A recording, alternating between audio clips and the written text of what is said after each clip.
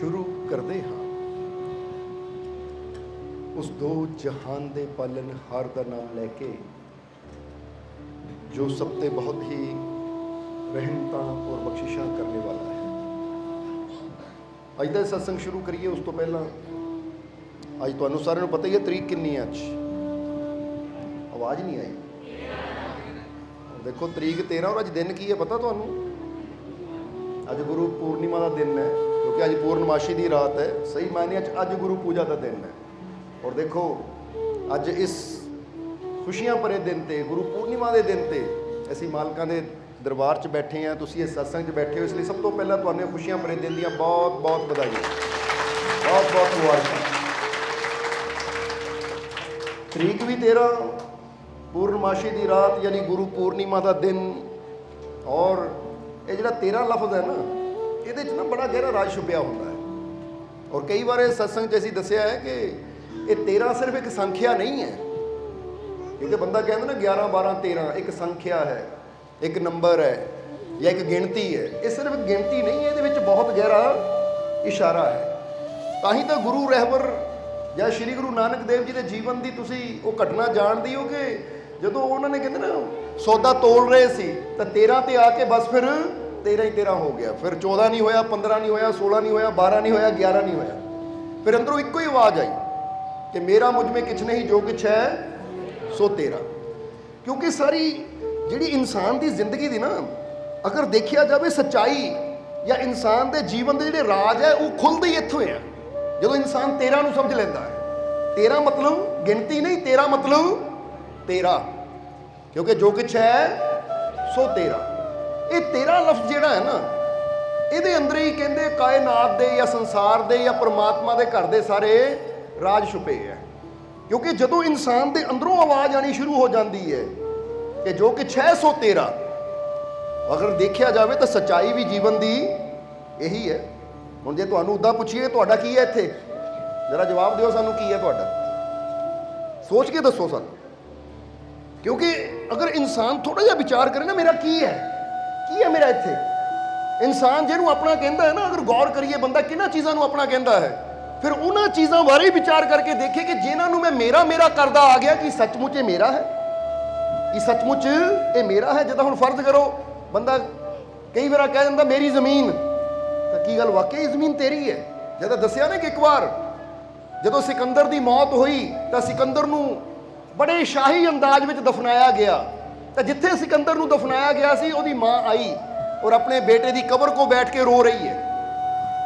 सिकंदर की माँ अपने बेटे की कबर को बह के रो रही है क्योंकि सिकंदर की कोई ज़्यादा उम्र नहीं सी, वो नौजवान अवस्था में दुनिया तो चला गया सी। इसलिए उसकी माँ रो रही है तो उत्थों एक फकीर गुजर रहे हैं। फकीरा ने पूछा कि बीबी तू क्यों रो रही है और कौन है तू और एक किहदी कबर ते रो रही है? तो उन्हें बड़ी हैरान होकर देखा उस फकीर की तरफ कि तू पागल है, तेनू पता नहीं है कबर किहदी है?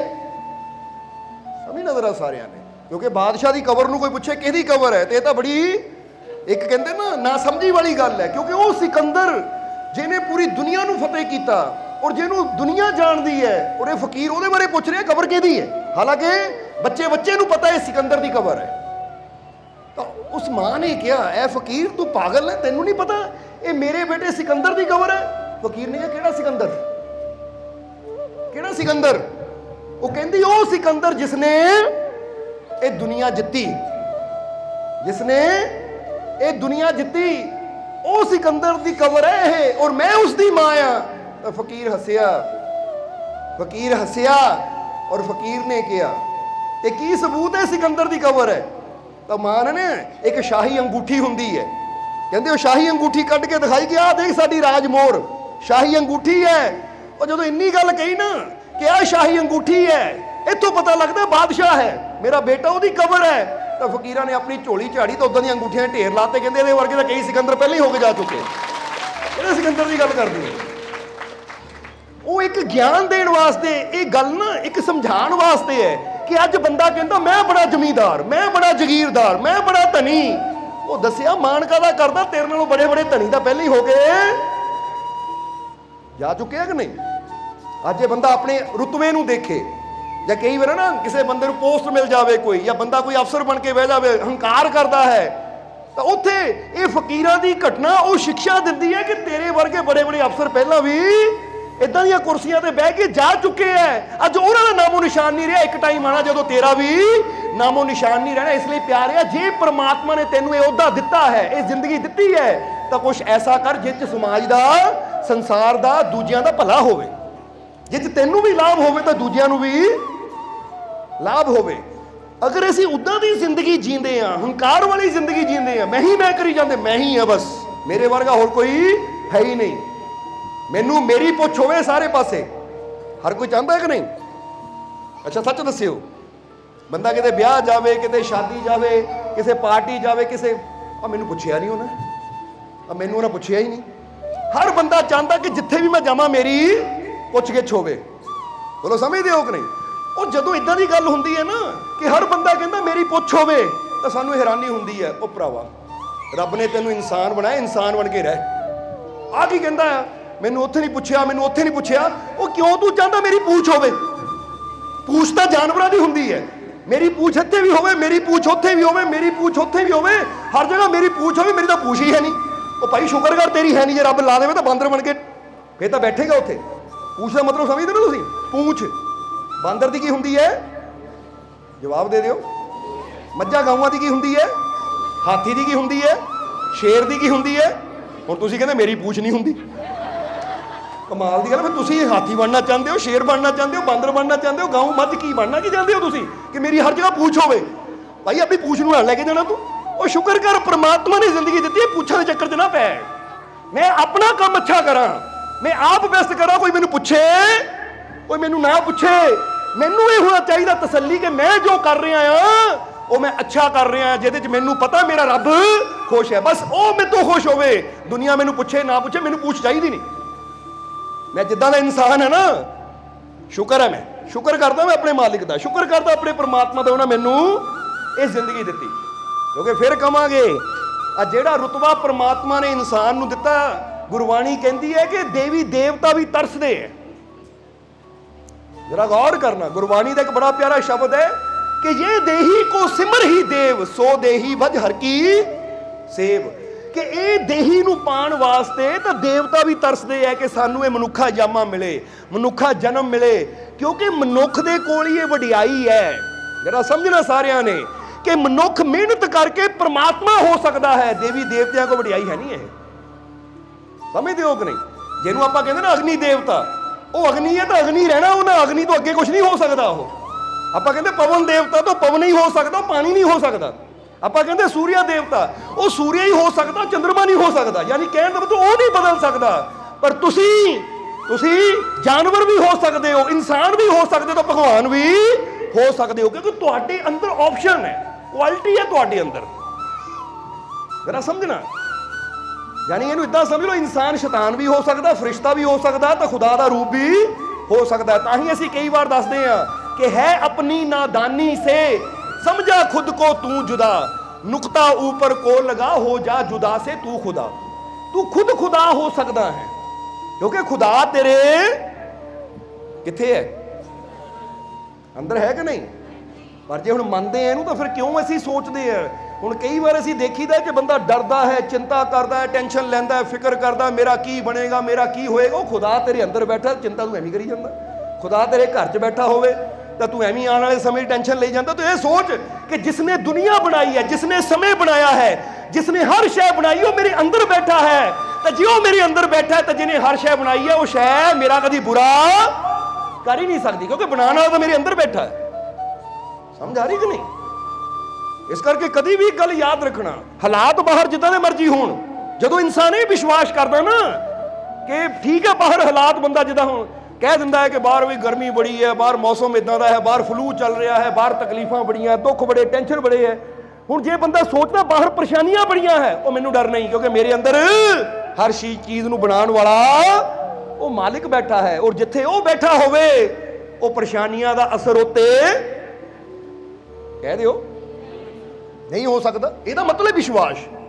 ਹੁਣ ਇਹ ਵਿਸ਼ਵਾਸ ਸਾਨੂੰ ਆਪਣੇ ਅੰਦਰ ਪੈਦਾ ਕਰਨਾ ਪਏਗਾ। ਇਸ ਲਈ ਜਦੋਂ ਅਸੀਂ ਇਹ ਵਿਸ਼ਵਾਸ ਰੱਖਦੇ ਹਾਂ ਨਾ, ਫੇਰ ਹੀ ਸਾਡੇ 'ਚ એનર્ਜੀ ਆਉਂਦੀ ਹੈ, ਫੇਰ ਹੀ ਸਾਡੇ 'ਚੋਂ ਪ੍ਰਮਾਤਮਾ ਦੀ ਸ਼ਕਤੀ ਆਉਂਦੀ ਹੈ।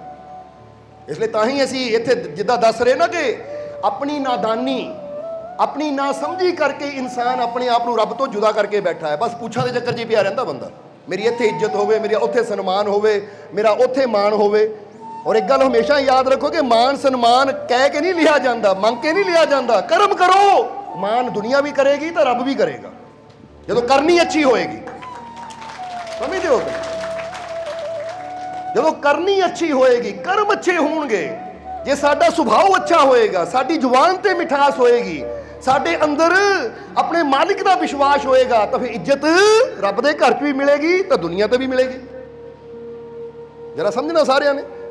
ਹੁਣ ਤੁਸੀਂ ਕਈ ਵਾਰ ਦੇਖਦੇ ਹੋ ਕਿ ਬੰਦਾ ਬੜੇ ਬੜੇ ਅਮੀਰਾਂ ਦੇ ਘਰ ਦੇ ਮੋਹਰ ਦੀ ਜਾਂਦਾ ਹੈ, ਬੜੇ ਬੜੇ ਕੋਠੀਆਂ ਦੇ ਮੋਹਰ ਦੀ ਜਾਂਦਾ ਹੈ, ਪਰ ਕਦੀ ਬੰਦੇ ਦੇ ਹੱਥ ਨਹੀਂ ਜੁੜਦੇ। ਇੱਦਾਂ ਸਮਝਦੇ ਹੋ ਕਿ ਨਹੀਂ? ਕੋਠੀ ਚਾਹੇ ਜਿੱਡੀ ਮਰਜ਼ੀ ਬੜੀ ਹੋਵੇ, ਪਰ ਬੰਦਾ ਕਿਸੇ ਮੰਦਰ, ਕਿਸੇ ਮਸਜਿਦ, ਕਿਸੇ ਧਾਰਮਿਕ ਸਥਾਨ ਦੇ ਸਾਹਮਣੇ ਜਾਵੇ ਨਾ, ਬੰਦੇ ਦਾ ਸਿਰ ਆਪੇ ਝੁਕ ਜਾਂਦਾ ਹੈ। ਕਿਉਂ? ਉੱਥੇ ਕੋਈ ਅਮੀਰ ਨਹੀਂ ਹੈ, ਉੱਥੇ ਕਿਰਦਾਰ ਦੇ ਅੱਛੇ ਫਕੀਰ ਰਹਿੰਦੇ ਹੈ, ਉੱਥੇ ਕਿਰਦਾਰ ਦੇ ਅੱਛੇ ਸੰਤ ਰਹਿੰਦੇ ਆ, ਜਿਨ੍ਹਾਂ ਨੇ ਖੁਦ ਬੰਦਗੀ ਕੀ ਕਰਕੇ, ਨੇਕੀਆਂ ਕਰਕੇ, ਅੱਛਾਈ ਕਰਕੇ ਦੁਨੀਆ ਦਾ ਭਲਾ ਕੀਤਾ, ਤਾਂ ਅੱਜ ਆਪਣੇ ਆਪ ਉੱਥੇ ਸਿਰ ਕਹਿ ਦਿਓ ਝੁਕਦਾ ਕਿ ਨਹੀਂ? ਇਹਦਾ ਮਤਲਬ ਕੀ ਹੈ ਕਿ ਸਿਰ ਪਦਾਰਥਾਂ ਕਰਕੇ ਨਹੀਂ ਝੁਕਾਇਆ ਜਾਂਦਾ, ਸਿਰ ਇਨਸਾਨ ਦੀ ਕਰਨੀ ਕਰਕੇ, ਅੱਛਾਈ ਕਰਕੇ ਝੁਕਾਇਆ ਜਾਂਦਾ ਹੈ। ਸੋ ਅਗਰ ਅਸੀਂ ਚਾਹੁੰਦੇ ਹਾਂ ਕਿ ਦੁਨੀਆ ਸਾਨੂੰ ਇੱਜ਼ਤ ਦੇਵੇ, ਮਾਣ ਦੇਵੇ, ਤਾਂ ਉਹ ਅਸੀਂ ਮੰਗ ਕੇ ਨਹੀਂ ਲੈ ਸਕਦੇ। ਆਪਣੀ ਕਰਨੀ ਅੱਛੀ ਕਰਾਂਗੇ ਤਾਂ ਹਰ ਜਗ੍ਹਾ ਹੀ ਮਾਣ ਮਿਲੇਗਾ, ਸਨਮਾਨ ਮਿਲੇਗਾ, ਪਿਆਰ ਮਿਲੇਗਾ। ਤਾਂ ਜੇ ਸਾਡੀ ਜ਼ੁਬਾਨ ਤੇ ਹੀ ਗਾਲੀ ਹੋਵੇ, ਜੇ ਸਾਡੀ ਜ਼ੁਬਾਨ ਤੇ ਹੀ ਕੜਵੇ ਬੋਲ ਹੋਣ, ਜੇ ਸਾਡੇ ਹਰਕਤਾਂ ਹੀ ਬੁਰੀਆਂ ਹੋਣ, ਤਾਂ ਫਿਰ ਅੱਗੇ ਅਸੀਂ ਪਿਆਰ ਲੱਭੀਏ, ਮਿਲੇਗਾ ਫਿਰ ਅੱਗੇ?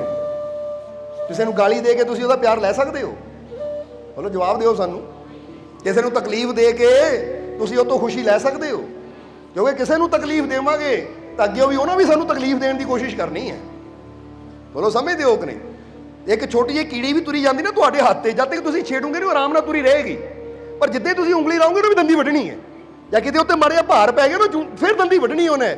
ਕਿਉਂਕਿ ਜਦੋਂ ਅਸੀਂ ਉਹਨੂੰ ਤਕਲੀਫ ਦੇਵਾਂਗੇ ਜਾਂ ਸਾਡੇ ਵੱਲੋਂ ਉਹਨੂੰ ਤਕਲੀਫ ਪਹੁੰਚੇਗੀ, ਤਾਂ ਛੋਟਾ ਜਿਹਾ ਜਾਨਵਰ ਵੀ ਸਾਨੂੰ ਕਹਿ ਦਿਓ ਸਾਨੂੰ ਤਕਲੀਫ ਦੇਗਾ। ਤਾਂ ਜੇ ਅਸੀਂ ਛੇੜਾਂਗੇ ਹੀ ਨਾ, ਉਹਨੇ ਆਰਾਮ ਨਾਲ ਚੱਲਦੇ ਚੱਲਦੇ ਆਪਣੀ ਜਗ੍ਹਾ, ਜਿੱਥੇ ਉਹਨੂੰ ਰਸਤਾ ਮਿਲ ਗਿਆ, ਚਲੇ ਜਾਣਾ ਉਹਨੇ।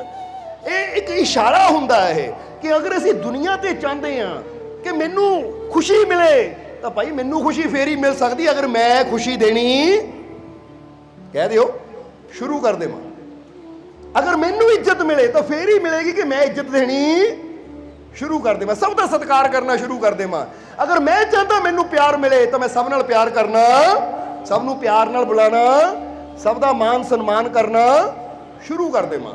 ਇਸ ਲਈ ਇਹ ਕੁਦਰਤ ਦਾ ਨਿਯਮ ਹੈ ਕਿ ਜੋ ਸਾਡੇ ਵੱਲੋਂ ਜਾਣਾ ਹੈ ਉਹੀ ਕਈ ਗੁਣਾ ਹੋ ਕੇ ਸਾਨੂੰ ਵਾਪਸ ਵੀ, ਕਹਿ ਦਿਓ, ਮਿਲਣਾ ਹੈ। ਸਮਝਦੇ ਹੋ ਕਿ ਨਹੀਂ? ਇਸ ਲਈ ਹੁਣ ਇਹਨੂੰ ਹੀ ਕਹਿੰਦੇ ਨੁਕਤੇ ਨੂੰ ਉੱਪਰ ਲਾਣਾ, ਕਿਉਂਕਿ ਬੰਦਾ ਮੇਰੀ ਮੇਰੀ ਕਰਦਾ ਰਹਿੰਦਾ, ਆਪਣੇ ਮੈਂ 'ਚ ਹੀ ਫਸਿਆ ਰਹਿੰਦਾ ਹੈ। ਹੁਣ ਜਦੋਂ ਤੱਕ ਮੇਰੀ ਮੇਰੀ ਹੁੰਦੀ ਹੈ ਨਾ, ਇਹ ਨੁਕਤਾ ਫਿਰ ਆਪਣੇ ਨਾਲ ਹੀ ਲਾਇਆ ਹੈ, ਤਾਂ ਹੀ ਅਸੀਂ ਰੱਬ ਤੋਂ ਜੁਦਾ ਹੈ। ਤਾਂ ਜਦੋਂ ਅਸੀਂ ਇਹ ਨੁਕਤੇ ਨੂੰ ਉੱਪਰ ਲਾਉਂਦੇ ਹਾਂ ਕਿ ਤੇਰਾ ਹੀ ਹੈ ਸਭ ਕੁਝ, ਤਾਂ ਫਿਰ ਨੁਕਤਾ ਉੱਧਰ ਲੱਗ ਗਿਆ। ਕਿਉਂਕਿ ਜਦੋਂ ਤੇਰੇ ਦੀ ਆਵਾਜ਼ ਆਉਂਦੀ ਤਾਂ ਫਿਰ ਇੱਥੋਂ ਹਟ ਕੇ ਉੱਧਰ ਚਲਾ ਗਿਆ ਕਿ ਜਿਸਨੇ ਮੈਨੂੰ ਜ਼ਿੰਦਗੀ ਦਿੱਤੀ, ਜਿਸਨੇ ਮੈਨੂੰ ਜੀਵਨ ਦਿੱਤਾ, ਸਭ ਕੁਝ। ਚਲੋ ਗੱਲ ਉਹ ਤੇ ਪੁਆਇੰਟ ਤੇ ਆ ਗਈ ਕਿ ਪੁੱਛਿਆ ਸੀ ਤੁਹਾਨੂੰ ਕਿ ਕੀ ਹੈ ਤੁਹਾਡਾ, ਕੋਈ ਇਦਾਂ ਹੀ ਚੀਜ਼ ਦੱਸੋਗੇ ਜਿਹਨੂੰ ਬੰਦਾ ਕਹਿ ਸਕੇ ਮੇਰੀ। ਜੇ ਬੰਦਾ ਕਹਿੰਦਾ ਜਿਸਮ, ਇਹ ਸਰੀਰ ਵਾਕਈ ਮੇਰਾ ਹੈ, ਜਦੋਂ ਆਤਮਾ ਨਿਕਲਦੀ ਫੇਰ ਕਿੱਥੇ ਰਹਿ ਜਾਂਦਾ ਹੈ? ਸਮਝਦੇ ਹੋ ਕਿ ਨਹੀਂ? ਹੁਣ ਬੰਦਾ ਦੇਖੇ, ਇਹ ਸਿਰਫ ਬੰਦੇ ਦੀ ਨਾ ਮਨ ਦੀਆਂ ਜਿੱਦਾਂ ਕਹਿ ਲਓ ਤਸੱਲੀਆਂ ਹੈ, ਇਹ ਮੇਰਾ ਬੋ ਮੇਰਾ, ਹਾਲਾਂਕਿ ਉਸ ਤੋਂ ਸਿਵਾ ਬੰਦੇ ਦਾ ਹੈ ਕੁਝ ਵੀ ਨਹੀਂ। ਇਸ ਲਈ ਇਹੀ ਸੱਚਾਈ, ਇਹੀ ਇੱਕ ਨੁਕਤਾ ਹੈ ਕਿ ਜਦੋਂ ਇਨਸਾਨ ਸਮਝ ਲਵੇ ਉਹਦਾ ਹੀ ਹੈ, ਤਾਂ ਫਿਰ ਇਨਸਾਨ ਦੀ ਟੈਨਸ਼ਨ, ਚਿੰਤਾ, ਪਰੇਸ਼ਾਨੀ ਘਟ ਜਾਂਦੀ ਹੈ ਕਿ ਨਹੀਂ? ਹੁਣ ਕਿਸੇ ਦੀ ਬਾਹਰ ਗੱਡੀ ਖੜੀ ਹੋਵੇ ਤਾਂ ਟੈਨਸ਼ਨ ਕਿਹਨੂੰ ਹੈ? ਜਿਹਦੀ ਹੈ ਉਹਨੂੰ ਹੋਣੀ ਹੈ ਕਿ ਤੁਹਾਨੂੰ ਸਾਰਿਆਂ ਨੂੰ ਹੋਣੀ ਹੈ? ਜਵਾਬ ਦਿਓ ਸਾਨੂੰ, ਜਰਾ ਜਵਾਬ ਖੁੱਲ੍ਹ ਕੇ ਦੇ ਦਿਆ ਕਰੋ। ਜਿਹਦੀ ਚੀਜ਼ ਬਾਹਰ ਖੜੀ ਹੋਵੇ ਨਾ, ਪਰੇਸ਼ਾਨੀ ਵੀ ਉਹਨੂੰ ਹੋਣੀ ਹੈ, ਨਹੀਂ ਕਿ ਤੁਹਾਨੂੰ ਸਾਰਿਆਂ ਨੂੰ ਟੈਨਸ਼ਨ ਹੋਣੀ। ਉਹ ਗੱਡੀ ਹੈ ਯਾਰ, ਕੋਈ ਗੱਡੀ ਨਾ ਕੋਈ ਛੇੜ ਦੇਵੇ, ਗੱਡੀ ਨਾ ਲੈ, ਸਾਰਿਆਂ ਨੂੰ ਨਹੀਂ ਹੋਣੀ। ਹੁਣ ਕਹਿੰਦਾ ਜਿਹਦੀ ਹੈ ਉਹਨੂੰ ਹੋਵੇ, ਤਾਂ ਫਿਰ ਜਦੋਂ ਕਹਿਤਾ ਜ਼ਿੰਦਗੀ ਉਹਦੀ ਹੈ, ਉਹ ਦੁੱਖ ਆ ਰਿਹਾ ਹੈ, ਉਹ ਜ਼ਿੰਦਗੀ ਉਹਦੀ ਹੈ ਭਾਈ, ਜਿਹਦੀ ਹੋਏਗੀ ਸੰਭਾਲ ਵੀ ਉਹ ਕਰੇਗਾ। ਮੈਂ ਟੈਨਸ਼ਨ ਕਿਉਂ ਲੈਣੀ? ਮੈਂ ਤਾਂ ਕੋਸ਼ਿਸ਼ ਕਰਨੀ ਹੈ। ਸਮਝਦੇ ਹੋ ਕਿ ਨਹੀਂ? ਮੈਂ ਤਾਂ ਕੋਸ਼ਿਸ਼ ਕਰਨੀ ਹੈ, ਫਿਕਰ ਤਾਂ ਉਹਨੂੰ ਹੋਣੀ ਹੈ ਜਿਹਦੀ ਜ਼ਿੰਦਗੀ ਹੈ। ਇਸ ਕਰਕੇ ਪ੍ਰਮਾਤਮਾ ਨੇ, ਪ੍ਰਭੂ ਨੇ ਬੜੀਆਂ ਬਖਸ਼ਿਸ਼ਾਂ, ਬੜੀਆਂ ਰਹਿਮਤਾਂ ਸਾਡੇ ਵਾਸਤੇ ਰੱਖੀਆਂ ਹੋਈਆਂ ਹੈ, ਪਰ ਉਹਨਾਂ ਰਹਿਮਤਾਂ ਨੂੰ ਪ੍ਰਾਪਤ ਉਹੀ ਕਰਦੇ ਆ ਜਿਨ੍ਹਾਂ ਦੇ ਅੰਦਰ ਪਿਆਰ ਹੋਵੇ, ਜਿਨ੍ਹਾਂ ਅੰਦਰ ਸੱਚਾ ਵਿਸ਼ਵਾਸ ਹੋਵੇ। इसलिए सब तो पहला पॉइंट तो पकड़ लेना कि मेरा मुझ में कुछ नहीं, जो कुछ है सो तेरा, तेरा ही है, सब कुछ तेरा ही है। बस जो भी कोई लगे ना वो जेदा है वो आपे ही करेगा। जिदा दसिया ना सूबेदार हुशियार सिंह जी, क्योंकि इतने उन्हें फैमिली बैठी हुई है, कि वो इको ही गल कहते होंगे सी, जो कोई कहते वो कहते की फर्क पैंदा, जब मालिक नाल है तो फिर वो कहते आ टेंशन सूबेदार कई बार साढ़े बार भी कहना मारे मालको जी दाते हो जी की फर्क पैंदा है, जिदा है वो आपे संभालेगा। ਹੁਣ ਇੱਕ ਹੁੰਦਾ ਜਿਹੜਾ ਬੰਦਾ ਕਹਿੰਦਾ ਜਿਹਦਾ ਹੈ ਸੰਭਾਲੇਗਾ, ਕੀ ਫਰਕ ਪੈਂਦਾ, ਤੇ ਇੱਕ ਕਹਿੰਦਾ ਮੈਨੂੰ ਫਰਕ ਹੀ ਬਹੁਤ ਪੈਂਦਾ ਹੈ, ਮੈਨੂੰ ਬਹੁਤ ਫਰਕ ਪੈਂਦਾ। ਕੋਈ ਮਾੜਾ ਜਿਹਾ ਕੋਈ ਗੱਲ ਕਰ ਦੇਵੇ ਉਹਨੂੰ ਫਰਕ ਹੀ ਇੰਨਾ ਪੈਂਦਾ, ਰੋਣਾ ਸ਼ੁਰੂ ਕਰ ਦਿੰਦਾ ਹੈ। ਉਹ ਆਪਣੀਆਂ ਸਾਰੀਆਂ ਪਰੇਸ਼ਾਨੀਆਂ, ਸਾਰੀਆਂ ਤਕਲੀਫਾਂ ਨੂੰ ਉਹ ਚੀਜ਼ਾਂ ਨਾਲ ਜੋੜ ਦਿੰਦਾ ਹੈ। ਜਿਹੜਾ ਸਮਝਣਾ ਸਾਰਿਆਂ ਨੇ, ਯਾਨੀ ਦੱਸਣਾ ਕੀ ਚਾਹੁੰਦੇ ਆ ਕਿ ਇਨਸਾਨ ਦਾ ਇੱਕ ਛੋਟਾ ਜਿਹਾ ਨੁਕਤਾ ਅਗਰ ਇੱਥੋਂ ਇੱਧਰ ਲੱਗ ਜਾਵੇ ਤਾਂ ਇਨਸਾਨ ਦੇ ਜੀਵਨ 'ਚ ਸ਼ਾਂਤੀ, ਸਕੂਨ, ਖੁਸ਼ੀ ਆਣੀ ਸ਼ੁਰੂ ਹੋ ਜਾਂਦੀ ਹੈ। ਜਦੋਂ ਇਨਸਾਨ ਇੰਨੀ ਗੱਲ ਦਾ ਵਿਸ਼ਵਾਸ ਰੱਖਦਾ ਹੈ कि जे मेरा मालिक मेरे नाल है, ये मेरे मालिक ते मैनू पूरा विश्वास है, तो फिर मैं उत्ते यकीन रखना है कि मेरा माड़ा वो कदी होण नहीं देगा, जो होएगा अच्छा ही होएगा, क्योंकि है ही ओदा सब कुछ। जरा समझो सारे, अज जरूर कई बार सानू ना कई बार कोई घटना हो जाती है, कई बार कोई हादसा हो जाता तो बंदे नूं लगदा माड़ा हो रहा है, पर माड़ा इत्थे कुछ भी नहीं हुंदा। आने वाले समय 'च फिर बंदे नूं पता लगदा जी ये भी गल होई सी तां मेरे फायदे वास्ते हुई सी। बोलो समझदे हो कि नहीं? इत्थे एक फकीरां दी गल याद आ गई, कहानी याद आ गई सानू। एक फकीर सी, उन्हां दा एक बेटा एक नगर 'च रहिंदे सी। वो फकीर हमेशा ही हर चीज़ नूं यही कहंदे सी कि रब जो करदा अच्छा करदा है, जो करदा रब अच्छा करदा है। एक दिन एक उन्हां दा एक कोई प्यारा उन्हां नूं मिलण आया तो उन्हां नूं एक अच्छी नस्ल दा घोड़ा दे गया, अच्छी नस्ल का घोड़ा दे गया। घोड़ा बहुत सोहना सी। हुण जदों गाँव वाले ने, आंढियां गुआंढियां ने देखिया कि इदां दा घोड़ा तो है नहीं, कोई दूरों आया आके फकीरां नूं तोहफा दे गया एडा इन्ना वधिया घोड़ा, तो उन्होंने आके फकीरां नूं बधाइयां दित्तियां, महाराज कमाल दी गल है, तुहानूं तां घोड़ा ही बड़ी शान वाला, इदां दे घोड़े तां नवाबां कोल भी है नहीं, तुहाडा घोड़ा बड़ा वधिया है। वो कहंदे ओहदी दात है, वो जो करदा है अच्छा ही करदा है, शुक्र है उसका।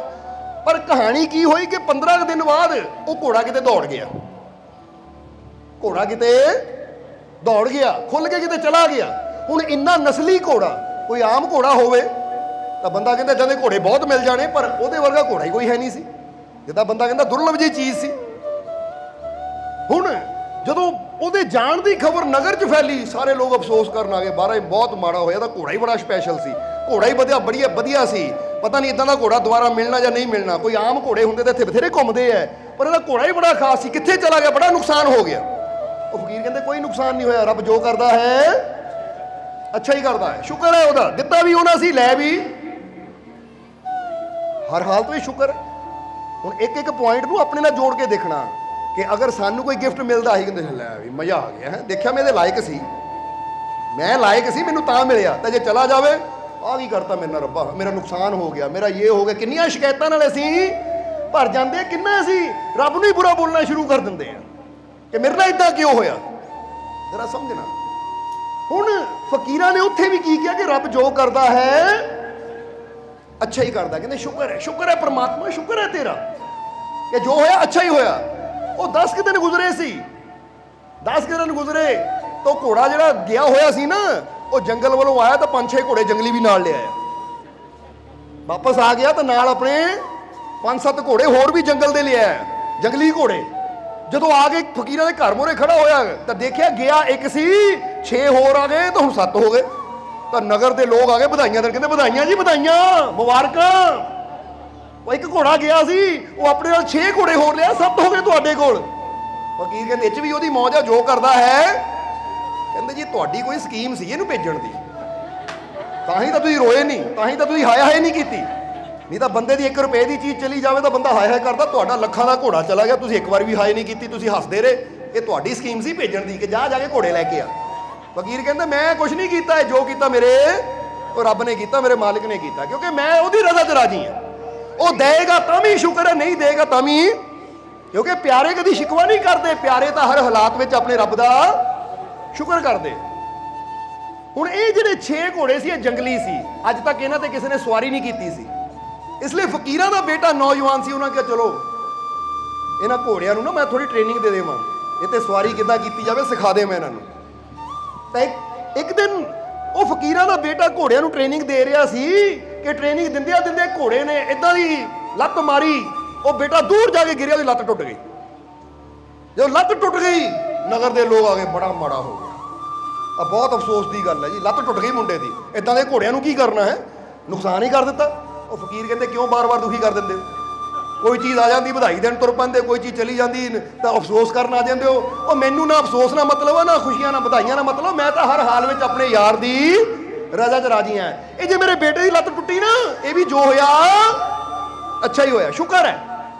ਉਹ ਕਹਿੰਦੇ ਦੱਸੋ ਹੁਣ ਲੱਤ ਟੁੱਟੀ, ਇਹ 'ਚ ਕੀ ਚੰਗਾ ਹੋਇਆ, ਇਹ 'ਚ ਵੀ ਰੱਬ ਨੇ ਚੰਗਾ ਕੀਤਾ ਜੋ ਕੀਤਾ ਨਾ, ਲੱਤ ਟੁੱਟਣ 'ਚ ਚੰਗਾ ਕੀ ਹੋਇਆ, ਸਾਰੇ ਗਾਉਂ ਦੇ ਸ਼ਿਕਾਇਤਾਂ ਕਰੋ ਲੱਤ ਟੁੱਟਣ 'ਚ ਚੰਗਾ ਕੀ ਹੋਇਆ। ਉਹ ਕਹਿੰਦੇ ਇਹ ਨਾ ਦੇਖੋ ਚੰਗਾ ਕੀ ਹੋਇਆ, ਜੋ ਹੋਇਆ ਚੰਗਾ ਹੀ ਹੋਇਆ, ਵਕਤ ਆਉਣ ਤੇ ਵੀ ਪਤਾ ਲੱਗ ਜਾਏਗਾ। ਜਿੱਦਾਂ ਘੋੜਾ ਗਿਆ ਸੀ ਨਾ, ਤੁਸੀਂ ਕਹਿੰਦੇ ਕੀ ਚੰਗਾ ਹੋਇਆ, 10 ਦਿਨਾਂ ਬਾਅਦ ਆਇਆ ਤਾਂ ਨਾਲ 6 ਘੋੜੇ ਲਿਆ ਆਇਆ, ਫਿਰ ਤੁਸੀਂ ਕਹਿੰਦੇ ਬੜਾ ਚੰਗਾ ਹੋਇਆ। ਹੁਣ ਲੱਤ ਟੁੱਟ ਗਈ, ਹੁਣ ਤੁਸੀਂ ਕਹਿੰਦੇ ਕੀ ਚੰਗਾ ਹੋਇਆ, ਵਕਤ ਆਉਣ ਤੇ ਵੀ ਪਤਾ ਲੱਗ ਜਾਏਗਾ। ਹੁਣ ਮਹੀਨਾ ਡੇਢ ਮਹੀਨਾ ਜਦੋਂ ਗੁਜ਼ਰਿਆ ਨਾ, ਤਾਂ ਉਸ ਰਾਜਿਆ ਤੇ ਕਿਸੇ ਨੇ, ਦੂਜੇ ਰਾਜੇ ਨੇ ਹਮਲਾ ਕਰ ਦਿੱਤਾ ਔਰ ਯੁੱਧ ਹੋਣ ਲੱਗਾ। ਤਾਂ ਇਸ ਰਾਜੇ ਨੇ ਕਿਹਾ ਕਿ ਪਿੰਡਾਂ ਦੇ ਵਿੱਚ ਜਿੰਨੇ ਵੀ ਨੌਜਵਾਨ ਹੈ ਸਾਰਿਆਂ ਨੂੰ ਲਿਓ, ਸੈਨਿਕ ਬਣਾਓ, ਅਸੀਂ ਯੁੱਧ ਜਿੱਤਣਾ ਆ। ਹੁਣ ਜਿੰਨੇ ਵੀ ਪਿੰਡਾਂ ਵਿੱਚ ਨੌਜਵਾਨ ਸੀ ਸਾਰਿਆਂ ਨੂੰ ਸੈਨਾ 'ਚ ਭਰਤੀ ਰਾਜਾ ਜ਼ਬਰਦਸਤੀ ਕਰ ਰਿਹਾ ਹੈ। ਜਦੋਂ ਫਕੀਰਾਂ ਨੂੰ, ਉਹਨਾਂ ਨੂੰ ਪਤਾ ਲੱਗਾ ਕਿ ਫਕੀਰਾਂ ਦਾ ਵੀ ਬੇਟਾ ਹੈ, ਜਦੋਂ ਇਹਨੂੰ ਦੇਖਣਾ ਹੈ ਤਾਂ ਲੱਤ ਟੁੱਟੀ ਹੋਈ ਹੈ ਇਹਦੀ, ਉਹ ਕਹਿੰਦੇ ਇਹਨੂੰ ਛੱਡ ਦਿਓ ਭਾਈ, ਲੰਗੜੇ ਬੰਦੇ ਨੂੰ ਇਹ ਕੀ ਕਰਨਾ ਹੈ। ਹੁਣ ਜਦੋਂ ਸਾਰਿਆਂ ਨੂੰ ਲੈ ਕੇ ਜਾ ਰਹੇ, ਮਾਤਾ ਪਿਤਾ ਰੋ ਰਹੇ ਆ, ਨਾ ਲਿਜਾਓ ਸਾਡੇ ਬੱਚਿਆਂ ਨੂੰ, ਨਾ ਲਿਜਾਓ। ਪਰ ਹੁਣ ਰਾਜੇ ਦਾ ਹੁਕਮ ਕੌਣ ਟਾਲ ਸਕਦਾ ਹੈ। ਜਿਹੜੇ 22 24 25 ਸਾਲ ਦੇ ਨੌਜਵਾਨ ਹੈ, ਸਾਰੇ ਲੈ ਕੇ ਜਾ ਰਹੇ ਕਿ ਭਰਤੀ ਹੋਣਾ ਹੀ ਪੈਣਾ, ਕਿਉਂਕਿ ਯੁੱਧ ਲੜਨਾ ਹੀ ਪੈਣਾ, ਤੁਹਾਨੂੰ ਟ੍ਰੇਨਿੰਗ ਦੇਣੀ ਹੈ ਤੁਹਾਨੂੰ ਯੁੱਧ ਦੀ, ਕਿਉਂਕਿ ਜਿੰਨੀ ਜ਼ਿਆਦਾ ਸਾਡੀ ਸੈਨਾ ਹੋਏਗੀ ਉਨੀ ਜਿੱਤਣ ਦੇ ਚਾਂਸ ਵੀ ਜ਼ਿਆਦਾ ਹੈ। ਹੁਣ ਜਦੋਂ ਸਾਰੇ ਨੌਜਵਾਨ ਜਾ ਰਹੇ ਆ ਤਾਂ ਪਿੰਡ ਵਿੱਚ ਨਾ ਮਾਤਮ ਜਿਹਾ ਛਾ ਗਿਆ, ਕਿਉਂਕਿ ਜਿਹੜੇ ਮਾਤਾ ਪਿਤਾ ਨਹੀਂ ਵੀ ਭੇਜਣਾ ਚਾਹੁੰਦੇ ਸੀ ਆਪਣੇ ਬੱਚਿਆਂ ਨੂੰ ਜੰਗ ਵਿੱਚ, ਕਿਉਂਕਿ ਕਿਹੜਾ ਮਾਤਾ ਪਿਤਾ ਚਾਹੁੰਦਾ ਕਿ ਮੇਰਾ ਬੱਚਾ ਲੜਾਈ 'ਚ ਜਾਵੇ, ਕਿਉਂਕਿ ਪਤਾ ਕਿ ਪਤਾ ਨਹੀਂ ਇਹਦਾ ਮੁੜ ਕੇ ਜਿੰਦਾ ਆਣਾ ਵੀ ਹੈ ਨਹੀਂ, ਪਰ ਲੈ ਗਏ ਕਿਉਂਕਿ ਰਾਜ ਦਾ ਹੁਕਮ ਹੈ। ਬੋਲੋ ਸਮਝਦੇ ਹੋ? ਹੁਣ ਕਹਿੰਦੇ ਜਦੋਂ ਸਾਰੇ ਗਏ ਤਾਂ ਫਕੀਰਾਂ ਦਾ ਬੇਟਾ ਮੰਜੇ ਤੇ ਬੈਠਾ ਹੈ, ਤਾਂ ਲੋਕ ਆ ਗਏ, ਕਹਿੰਦੇ ਮਹਾਰਾਜ ਤੁਸੀਂ ਬੜੇ ਸ਼ੈਤਾਨ, ਇਹਦੀ ਲੱਤ ਪਹਿਲਾਂ ਹੀ ਤੋੜਤੀ ਤਾਂ ਕਿ ਇਹ ਨਾ ਜੰਗ 'ਚ ਜਾਵੇ। ਉਹ ਫਕੀਰ ਕਹਿੰਦੇ ਫਿਰ ਤੁਸੀਂ ਆ ਗਏ, ਤੁਹਾਨੂੰ ਤਾਂ ਕਿਹਾ ਸੀ, ਮੈਨੂੰ ਤਾਂ ਵੀ ਨਹੀਂ ਪਤਾ ਸੀ ਜੰਗ ਹੋਣੀ ਹੈ, ਬਸ ਮੈਂ ਤਾਂ ਸ਼ੁਕਰ ਕੀਤਾ ਜੇ ਲੱਤ ਟੁੱਟੀ ਹੈ ਤੇ 'ਚ ਵੀ ਇਹਦਾ ਕੋਈ ਕਹਿ ਦਿਓ ਭਲਾ ਹੀ ਹੈ। ਹੁਣ ਇੱਥੋਂ ਇਹਨਾਂ ਚੀਜ਼ਾਂ ਤੋਂ, ਘਟਨਾਵਾਂ ਤੋਂ ਕੀ ਪਤਾ ਲੱਗਦਾ ਹੈ ਕਿ ਜਿਹੜਾ ਇਨਸਾਨ ਸਹੀ ਮਾਇਨੇ 'ਚ ਆਪਣੇ ਮਾਲਿਕ ਨਾਲ ਪਿਆਰ ਕਰਨ ਵਾਲਾ ਹੁੰਦਾ ਨਾ, ਜੇ ਉਹਦਾ ਕੋਈ ਨੁਕਸਾਨ ਵੀ ਹੁੰਦਾ ਨਾ, ਕਈ ਵਾਰ ਤੁਰਿਆ ਹੁੰਦਾ ਬੰਦਾ, ਗੱਡੀ ਦਾ ਟਾਇਰ ਪੈਂਚਰ ਹੋ ਗਿਆ, ਗੱਡੀ ਖਰਾਬ ਹੋ ਗਈ, ਕਾਹਤੇ ਹੋ ਗਈ, ਮੈਂ ਤਾਂ ਜ਼ਰੂਰੀ ਕੰਮ, ਉਹ ਸ਼ੁਕਰ ਕਰੋ ਇਹ 'ਚ ਵੀ ਕੋਈ ਭਲਾ ਹੀ ਹੈ। ਕੀ ਪਤਾ ਕਿ ਕੋਈ ਬੜਾ ਹਾਦਸਾ ਹੋਣਾ ਹੋਵੇ, ਅੱਗੇ ਕੋਈ ਬੜੀ ਘਟਨਾ ਹੋਣੀ ਹੋਵੇ, ਜਿਹੜਾ ਪ੍ਰਮਾਤਮਾ ਨੇ ਇੱਥੇ ਹੀ ਤੁਹਾਨੂੰ ਕਹਿ ਦਿਓ ਬਚਾ ਲਿਆ। ਕਿਉਂਕਿ ਬਹੁਤ ਵਾਰ ਬਹੁਤ ਚੀਜ਼ਾਂ ਐਸੀਆਂ ਹੁੰਦੀਆਂ ਜਿਹਨੂੰ ਇਨਸਾਨ ਸਮਝ ਨਹੀਂ ਪਾਉਂਦਾ, ਪਰ ਜਿਹੜਾ ਉਹਦੀ ਰਜ਼ਾ ਨੂੰ ਮੰਨ ਕੇ ਚੱਲਦਾ ਨਾ, ਪਰ ਉਹਦੀ ਰਜ਼ਾ ਨੂੰ ਵੀ ਸਮਝਣਾ ਪੈਂਦਾ। ਵੀ ਗੱਲ ਤੁਹਾਨੂੰ ਦੱਸ ਦਈਏ, ਕਿਉਂਕਿ ਉਹਨੂੰ ਸਮਝਣ ਦੀ ਵੀ ਇੱਕ ਕਲਾ ਹੁੰਦੀ ਹੈ, ਉਹਨੂੰ ਸਮਝ ਵੀ ਉਹੀ ਸਕਦਾ ਹੈ ਜਿਹਦੇ ਅੰਦਰ ਪਿਆਰ ਹੋਵੇ, ਜਿਹਦੇ ਅੰਦਰ ਵਿਸ਼ਵਾਸ ਹੋਵੇ। ਜਿਹਦਾ ਇਹ ਵੀ ਇੱਕ ਨਾ ਕਹਾਣੀ ਬੜੀ ਪਿਆਰੀ ਹੈ ਕਿ ਰੱਬ ਦੇ ਇਸ਼ਾਰੇ ਤਾਂ ਸਾਰਿਆਂ ਨੂੰ ਹੁੰਦੇ ਹੈ, ਪਰ ਸਮਝਦੇ ਸਾਰੇ ਨਹੀਂ ਹੈ। ਸਮਝਦਾ ਉਹੀ ਹੈ ਜਿਹਦੇ ਕੋਲ ਸਮਝਣ ਵਾਲੀ, ਜਿੱਦਾਂ ਹੁਣ ਫਰਜ਼ ਕਰੋ ਇੱਕ ਕਲਾਸ ਵਿੱਚ ਬੱਚੇ ਬੈਠੇ ਹੈ, ਹੁਣ ਮਾਸਟਰ ਬਲੈਕ ਬੋਰਡ ਦੇ ਉੱਪਰ ਇੱਕ ਸਵਾਲ ਲਿਖ ਦਿੰਦਾ ਹੈ, ਤਾਂ ਹੁਣ ਕਈ ਵਾਰ ਸਾਰੇ ਬੱਚੇ ਜਵਾਬ ਨਹੀਂ ਦੇ ਪਾਉਂਦੇ, ਪਰ ਇੱਕ ਬੱਚਾ ਹੱਥ ਖੜਾ ਕਰਕੇ ਜਵਾਬ ਦੇ ਦਿੰਦਾ ਹੈ ਕਿ ਲੈ ਵੀ ਮੈਨੂੰ ਇਹਦਾ ਜਵਾਬ ਪਤਾ। ਇਦਾਂ ਹੋ ਜਾਂਦਾ ਕਿ ਨਹੀਂ ਕਈ ਵਾਰ? ਹੁਣ ਇਹਦਾ ਮਤਲਬ ਮਾਸਟਰ ਨੇ ਜਿਹੜਾ ਸਵਾਲ ਪੁੱਛਿਆ, ਸਵਾਲ ਸਾਰਿਆਂ ਵਾਸਤੇ ਸੀ, ਪਰ ਸਮਝਿਆ ਉਹੀ ਜਿਹਦੇ ਕੋਲ ਉਹ ਸਮਝ ਸੀ, ਜਿਹਨੇ ਮਿਹਨਤ ਕੀਤੀ ਸੀ, ਉਹੀ ਸਵਾਲ ਨੂੰ ਸਮਝ ਕੇ ਉਹਦਾ ਉੱਤਰ ਦੇ ਪਾਇਆ। ਕਈ ਵਾਰ 2 ਬੱਚੇ ਹੁੰਦੇ, 4 ਬੱਚੇ ਹੁੰਦੇ ਜਿਹੜੇ ਹੱਥ ਖੜਾ ਕਰਦੇ, ਸਾਨੂੰ ਪਤਾ ਹੈ, ਪਰ ਕਲਾਸ ਸਮਝ ਲਓ ਕਲਾਸ 'ਚ 50 ਬੱਚੇ ਹੈ, ਤਾਂ 50 'ਚ ਇਦਾਂ ਦੇ ਨਲਾਇਕ ਵੀ ਹੁੰਦੇ ਜਿਨ੍ਹਾਂ ਨੂੰ ਕੋਈ ਸਵਾਲ ਉਹ ਹੱਥ ਨਹੀਂ ਖੜਾ ਕਰਦੇ ਕਦੀ ਵੀ। ਇਹਦਾ ਮਤਲਬ ਉਹਨਾਂ ਕੋਲ ਸਮਝ ਹੀ ਨਹੀਂ ਹੈ ਕਿ ਉਹ ਮਾਸਟਰ ਦੇ ਇਸ਼ਾਰਿਆਂ ਨੂੰ ਸਮਝ ਸਕਣ, ਉਹਦੇ ਸਵਾਲਾਂ ਨੂੰ ਸਮਝ ਸਕਣ। ਤਾਂ ਜੇ ਅਸੀਂ ਸਵਾਲ ਹੀ ਨਾ ਸਮਝਾਂਗੇ ਤਾਂ ਪਾਸ ਵੀ ਅੱਗੇ ਵੀ ਕਦੀ ਵੱਧ ਨਹੀਂ ਸਕਦੇ, ਪਾਸ ਵੀ ਕਦੀ ਹੋ ਨਹੀਂ ਸਕਦੇ, ਕਿਉਂਕਿ ਪਾਸ ਹੋਣ ਵਾਸਤੇ ਮਿਹਨਤ ਕਰਨੀ ਜ਼ਰੂਰੀ ਹੈ। ਮਿਹਨਤ ਦਾ ਮਤਲਬ ਹੈ ਸਵਾਲ ਨੂੰ ਸਮਝਣਾ, ਉਹਦਾ ਹੱਲ ਕਰਨਾ। ਇਸੇ ਤਰ੍ਹਾਂ ਜੇ ਤੁਸੀਂ ਵੀ ਜੀਵਨ 'ਚ ਪਾਸ ਹੋਣਾ ਚਾਹੁੰਦੇ ਹੋ, ਅੱਗੇ ਵਧਣਾ ਚਾਹੁੰਦੇ ਹੋ, ਤਾਂ ਸਮਝ ਲਓ ਕਿ ਤੁਹਾਡੇ ਮੂਹਰੇ ਕੋਈ ਸਮੱਸਿਆ ਆਈ ਤਾਂ ਰੱਬ ਨੇ ਇੱਕ ਸਵਾਲ ਪਾਇਆ ਹੈ, ਇਹ ਤੋਂ ਘਬਰਾਉਣਾ ਨਹੀਂ ਹੈ, ਅਸੀਂ ਇਹਦਾ ਹੱਲ ਕਰਨਾ ਹੈ। ਕਿਉਂਕਿ ਹੱਲ ਕਰਨ ਵਾਲਾ ਹੀ ਅਗਲੀ ਕਲਾਸ ਵਿੱਚ ਜਾਂਦਾ ਹੈ, ਹੱਲ ਕਰਨ ਵਾਲਾ ਹੀ ਅੱਗੇ ਵੱਧਦਾ ਹੈ। ਤਾਂ ਜੇ ਬੰਦਾ ਸਮੱਸਿਆ ਨੂੰ ਦੇਖ ਕੇ ਮੱਥੇ ਤੇ ਹੱਥ ਰੱਖ ਕੇ ਬਹਿ ਜਾਵੇ, ਹੁਣ ਕੀ ਹੋਏਗਾ, ਕੀ ਕਰਾਂਗੇ, ਤਾਂ ਫਿਰ ਹੱਲ ਕਰਨ ਦੀ ਕੋਸ਼ਿਸ਼ ਕਰਨੀ ਹੈ। ਟੈਨਸ਼ਨ ਲੈਣ ਨਾਲ ਕੁਛ ਹੱਲ ਨਹੀਂ ਹੋਣੇ। ਬਰੋ ਸਮਝਦੇ ਹੋ ਕਿ ਨਹੀਂ? ਜਦੋਂ ਇੱਕ ਬੰਦੇ ਦੇ ਸਾਹਮਣੇ ਮੁਸੀਬਤ ਆ ਗਈ, ਕੋਈ ਬਿਮਾਰੀ ਆ ਗਈ, ਹਾਏ ਹੁਣ ਕੀ ਬਣੇਗਾ, ਕੀ ਹੋਏਗਾ, ਇਹ ਬਿਮਾਰੀ ਜਾਏਗੀ ਨਹੀਂ ਜਾਏ, ਕੀ ਬਣੇਗਾ, ਉਹ ਟੈਨਸ਼ਨ ਲੈਂਦਾ ਹੈ। ਤੇ ਇੱਕ ਬੰਦੇ ਸਾਹਮਣੇ ਆਂਦੀ, ਉਹ ਕਹਿੰਦਾ ਬਿਮਾਰੀ ਆ ਗਈ, ਹੁਣ ਇਹਦਾ ਹੱਲ ਕਰੀਏ, ਇਹਦਾ ਇਲਾਜ ਲੱਭੀਏ, ਹੁਣ ਇਹਦਾ ਹੱਲ ਕੀ ਹੋ ਸਕਦਾ ਹੈ। ਮੈਂ ਮਾਲਿਕ ਦੇ ਘਰ 'ਚ ਜਾਵਾਂ, ਮੈਂ ਕਿਸੇ ਅੱਛੇ ਡਾਕਟਰ ਨੂੰ ਦਿਖਾਵਾਂ, ਕੋਈ ਅੱਛੀ ਮੈਡੀਸਨ ਲਵਾਂ, ਆਪਣੇ ਮਾਲਿਕ ਅੱਗੇ ਦੁਆ ਕਰਾਂ, ਅਰਦਾਸ ਕਰਾਂ, ਇਹਦਾ ਹੱਲ ਕੀ ਹੋ ਸਕਦਾ ਹੈ। ਉਹ ਕੋਸ਼ਿਸ਼ ਕਰਦਾ ਜਿਹਦੇ ਨਾਲ ਉਹਦਾ ਹੱਲ ਹੋ ਜਾਵੇ। ਉਹ ਬੈਠਾ ਸੋਚਦਾ ਹੀ ਨਹੀਂ ਰਹਿੰਦਾ। ਔਰ ਜਿਹੜਾ ਤਲਾਸ਼ ਕਰਦਾ ਹੈ ਨਾ, ਉਹਨੂੰ ਹੱਲ ਮਿਲਦਾ ਵੀ ਜ਼ਰੂਰ ਹੈ ਕਿ ਨਹੀਂ? ਉਹ ਕਹਿੰਦੇ ਨਾ ਕਿ ਲੱਭੋ ਤਾਂ ਰੱਬ ਵੀ ਮਿਲ ਜਾਂਦਾ ਹੈ, ਪਰ ਗੱਲ ਤਾਂ ਲੱਭਣ ਦੀ ਹੈ ਨਾ, ਕਿ ਲੱਭਦੇ ਆ ਕਿ ਨਹੀਂ। ਮਿਲਣ ਨੂੰ ਤਾਂ ਰੱਬ ਵੀ ਮਿਲ ਜਾਂਦਾ, ਪਰ ਮਿਲਣ ਦੀ ਕੋਸ਼ਿਸ਼ ਕਰਦੇ ਜਾਂ ਨਹੀਂ? ਜੇ ਅਸੀਂ ਕੋਸ਼ਿਸ਼ ਕਰਾਂਗੇ ਰੱਬ ਵੀ ਫਿਰ ਮਿਲੇਗਾ। ਤਾਂ ਜੇ ਹੱਥ ਰੱਖ ਕੇ ਬੈਠੇ ਰਵਾਂਗੇ, ਬੜਾ ਮੁਸ਼ਕਿਲ, ਬੜਾ ਮੁਸ਼ਕਿਲ, ਬੜਾ ਮੁਸ਼ਕਿਲ, ਤਾਂ ਫਿਰ ਭਾਈ ਕਦੀ ਉਹਦੇ ਤੱਕ ਤੇਰੀ ਪਹੁੰਚ ਹੋਣੀ ਨਹੀਂ ਹੈ। ਕਿਉਂਕਿ ਕਿਸੇ ਵੀ ਚੀਜ਼ ਨੂੰ ਹਾਸਲ ਕਰਨਾ ਨਾ, ਕੋਸ਼ਿਸ਼ ਤਾਂ ਕਰਨੀ ਪੈਂਦੀ ਹੈ, ਮਿਹਨਤ ਤਾਂ। ਜਿੱਦਾਂ ਕਬੀਰ ਸਾਹਿਬ ਨੇ ਆਪਣੀ ਬਾਣੀ 'ਚ ਕਿਹਾ ਨਾ ਕਿ ਜੀਵਨ ਥਾ ਜੇ ਦੁੱਖ ਭਰਾ, ਜੀਵਨ ਥਾ ਇਹ ਦੁੱਖ ਭਰਾ, ਗੁਰੂ ਗੁਰ ਦੀਨਾ ਮੀਠਾ। ਕਹਿੰਦੇ ਗੁਰੂ ਨੇ ਇੱਕ ਗੁਰ ਦਿੱਤਾ, ਗੁਰ ਜਾਂ ਨਹੀਂ ਗਿਆਨ ਦਿੱਤਾ, ਉਹ ਮਿੱਠਾ ਜਿਹਾ ਗਿਆਨ ਦਿੱਤਾ। ਕਹੇ ਕਬੀਰ ਮੈਂ ਪੂਰਾ ਪਾਇਆ, ਸਭ ਘਟ ਸਾਹਿਬ ਡਿਠਾ। ਉਹ ਕਹਿੰਦੇ ਮੈਂ ਜਦੋਂ ਗੁਰੂ ਦੇ ਕੋਲੋਂ ਯੁਕਤੀ ਮਿਲੀ ਨਾ, ਤਾਂ ਫਿਰ ਮੈਂ ਉਹ ਪੂਰਾ ਪਾਇਆ। ਪੂਰੇ ਦਾ ਮਤਲਬ ਪੂਰਾ ਗਿਆਨ ਜਦੋਂ ਮੈਨੂੰ ਮਿਲਿਆ, ਤਾਂ ਫਿਰ ਮੇਰੀ ਨਜ਼ਰ ਜਿੱਧਰ ਵੀ ਗਈ, ਹਰ ਜਗ੍ਹਾ ਮੈਨੂੰ ਆਪਣਾ ਉਹ ਸੱਚਾ ਸਾਹਿਬ ਹੀ ਨਜ਼ਰ ਆਇਆ, ਉਹ ਸੱਚਾ ਪਰਮਾਤਮਾ ਪ੍ਰਭੂ ਹੀ ਨਜ਼ਰ ਆਇਆ। ਔਰ ਜਦੋਂ ਹਰ ਜਗ੍ਹਾ ਨਜ਼ਰੀ ਉਹ ਆਇਆ, ਤਾਂ ਫਿਰ ਸਾਰੀਆਂ ਟੈਨਸ਼ਨਾਂ, ਸਾਰੀਆਂ ਚਿੰਤਾਵਾਂ, ਸਾਰੇ ਡਰ, ਸਾਰੀਆਂ ਪੀੜਾਵਾਂ ਤਾਂ ਉਦੋਂ ਹੀ ਮੁੱਕ ਗਈਆਂ ਕਿ ਜਦੋਂ ਹੈ ਹੀ ਉਹ, ਤਾਂ ਫਿਰ ਚਿੰਤਾ ਕਾਹਦੀ ਹੈ।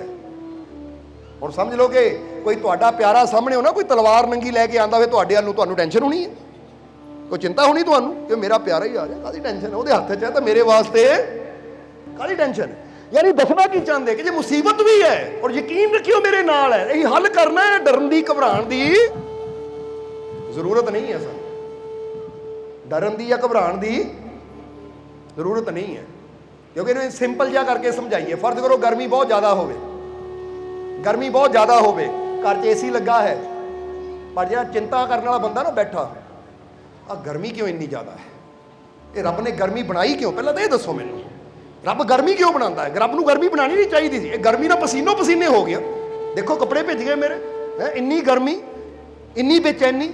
ਪਤਾ ਨਹੀਂ ਰੱਬ ਕਰਦਾ ਕੀ? ਇਹ ਰੱਬਾ ਦੁਨੀਆ ਤਾਂ ਬਣਾਈ ਚੰਗੀ ਗੱਲ ਹੈ, ਸੁੱਖ ਬਣਾਇਆ ਚੰਗੀ ਗੱਲ ਹੈ, ਸਰਦੀ ਬਣਾਈ, ਇਹ ਗਰਮੀ ਕਿਉਂ ਬਣਾ ਦਿੱਤੀ ਤੂੰ? ਤਾਂ ਹੁਣ ਇਦਾਂ ਦੀਆਂ ਸ਼ਿਕਾਇਤਾਂ ਹੀ ਬੰਦਾ ਕਰੀ ਜਾਵੇ ਤਾਂ ਹੱਲ ਹੋਣਾ ਕੋਈ? ਗਰਮੀ ਚੱਲ ਜਾਣੀ ਹੈ? ਗਰਮੀ ਤਾਂ ਹੈ ਹੁਣ। ਸਮਝਦਾਰ ਬੰਦਾ ਕਹੇ ਉਹ ਗਰਮੀ ਨੂੰ ਕਾਹਨੂੰ ਕੋਸੀ ਜਾਂਦਾ, ਰੱਬ ਨੂੰ ਕਾਹਨੂੰ ਕੋਸੀ ਜਾਂਦਾ? ਏਸੀ ਚਲਾ ਜਾ ਕੇ ਯਾਰ, ਬਟਨ ਔਨ ਕਰ, ਆ ਗਈ ਠੰਡੀ ਹਵਾ, ਆਨੰਦ ਲੈ। ਹੁਣ ਸਮਝਦਾਰ ਕੌਣ ਹੈ, ਕੋਸਣ ਵਾਲਾ ਜਾਂ ਹੱਲ ਕਰਨ ਵਾਲਾ? ਆਵਾਜ਼ ਘੱਟ ਆਉਂਦੀ ਹੈ ਤੁਹਾਡੀ, ਭੁੱਖ ਲੱਗੀ ਹੋਈ ਹੈ? ਚਾਹ ਨਹੀਂ ਪੀਤੀ ਸੀ ਤੁਸੀਂ? ਦੋ ਕੱਪ ਪੀ ਲਿਆ ਕਰੋ ਤਾਂ ਕਿ ਥੋੜੀ ਆਵਾਜ਼ ਨਿਕਲੇ ਤੁਹਾਡੀ ਨਾ, ਠੀਕ ਹੈ। ਸੋ ਫਿਰ ਕਵਾਂਗੇ ਇੱਕ ਸ਼ਿਕਾਇਤ ਕਰ ਰਿਹਾ ਹੈ, ਸ਼ਿਕਵੇ ਕਰ ਰਿਹਾ ਹੈ, ਇੱਕ ਪਰਮਾਤਮਾ ਨੂੰ ਕੋਸ ਰਿਹਾ ਹੈ। ਕੋਸ ਰਿਹਾ ਕਿ ਨਹੀਂ? ਗਰਮੀ ਕਿਉਂ ਬਣਾ ਦਿੱਤੀ? ਗਰਮੀ 'ਚ ਤਾਂ ਦੇਖੋ ਸਕਿਨ ਸੜਦੀ ਹੈ, ਪਿੱਤ ਨਿਕਲ ਜਾਂਦੀ। ਪਿੱਤ ਸਮਝਦੇ ਇੱਧਰ ਪਿੱਤ ਕਹਿੰਦੇ ਨਾ, ਇਹ ਕਿੱਦਾਂ ਖਾਰਿਸ਼ ਹੁੰਦੀ ਹੈ, ਕਿੱਦਾਂ ਸੂਈਆਂ ਚੁੱਭਦੀਆਂ ਹੈ, ਰੱਬਾ ਕਿਉਂ ਬਣਾਈ ਹੈ?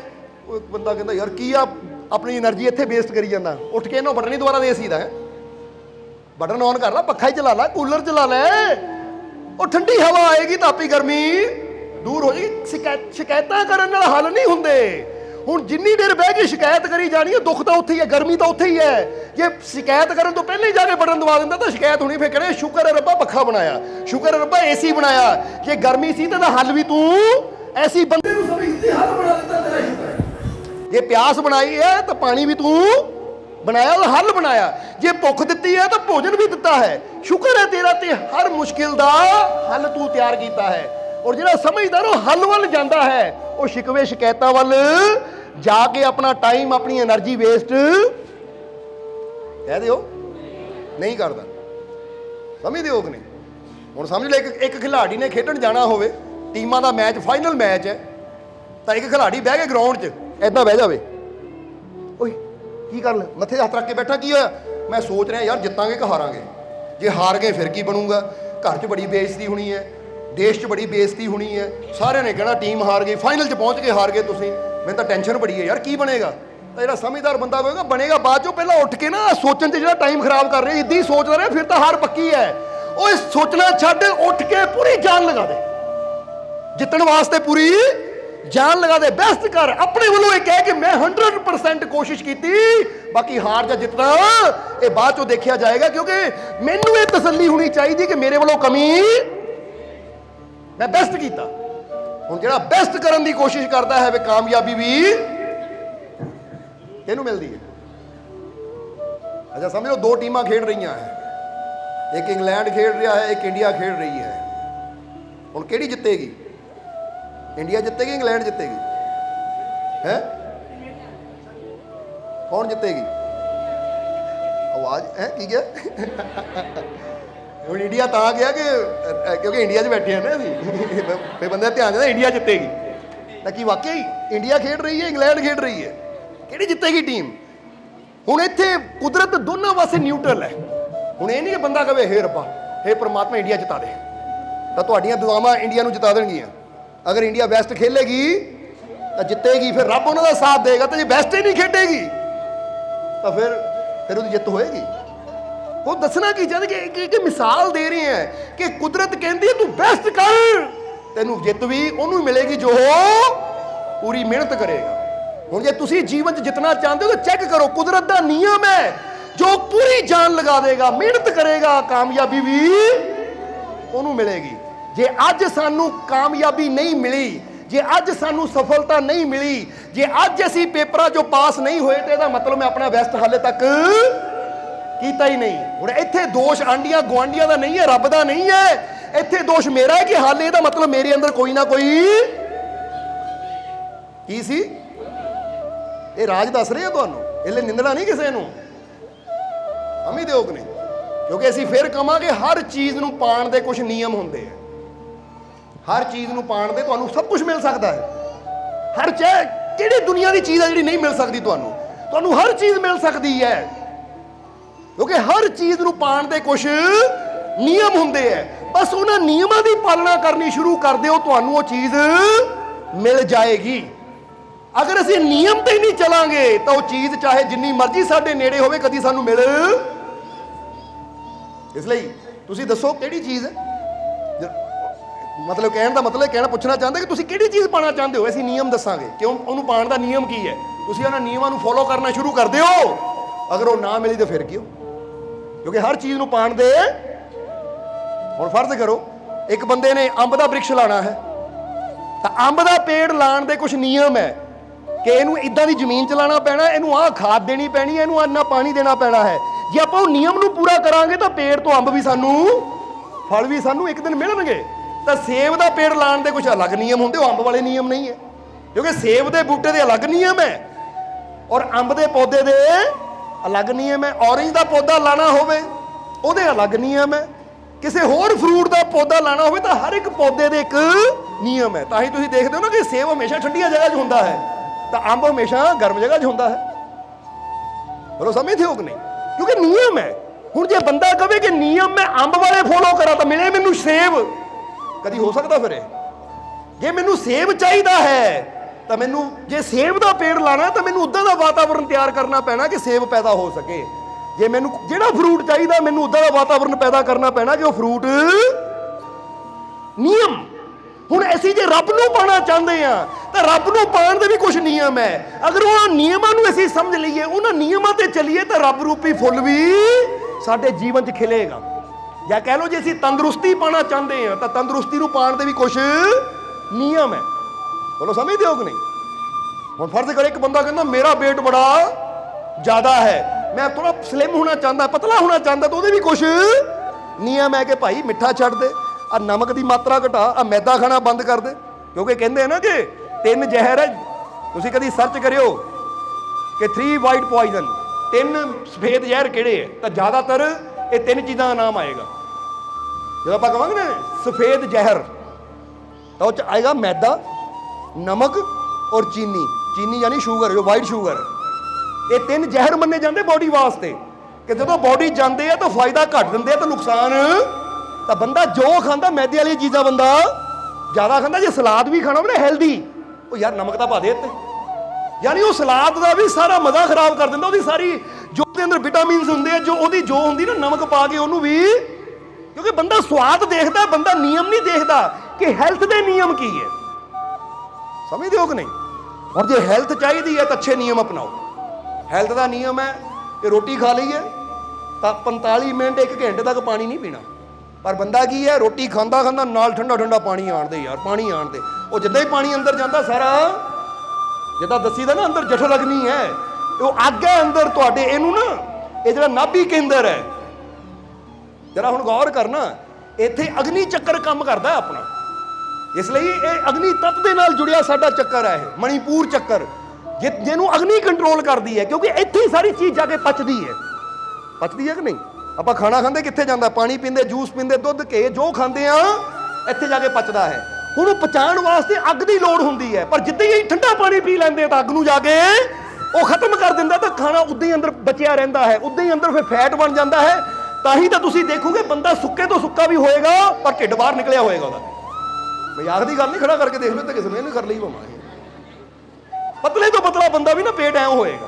कारण की है, वो भोजन अंदर वेस्ट अंदर ही है, वो हाले डिजोल्व होया ही नहीं, डाइजेस्ट होया ही नहीं, क्योंकि उन्होंने हजम होने वास्ते भी अग की लोड़ है। तो ठंडा पानी पा के तां ही इत्थे एक गल दसांगे कि पियो गर्म पानी, गर्म यानी कोसा, तो नहाओ ठंडे पानी ना, तो तुसी फिट हो जाओगे। इसलिए पीना भी पवे ना कि घुट करके, तो पानी इदा करो, चाह मंगो उबाल के गिलास च पा के या कप च पा के कोल रख लो, जे मैनूं लोड़ है पानी की, तो जो खाना खा रहा हाँ हुण मैं पीना ही आ पानी, तो एक घुट लवां, एक सिप जिदा चाह का लैंदे ना गर्म पानी का लवां, वो थोड़ी काली मिर्च पा लो, पानी दे विच चुटकी जिदा बरूर लो, समझदे हो कि नहीं। या दालचीनी आती है, दालचीनी समझदे हो ना तुसीं, वो दालचीनी की एक थोड़ी पा लो, थोड़ी काली मिर्च पा लो, और उन्होंने इदा रख लो, उन्हें फिर खाना नाल नाल हजम भी करना है।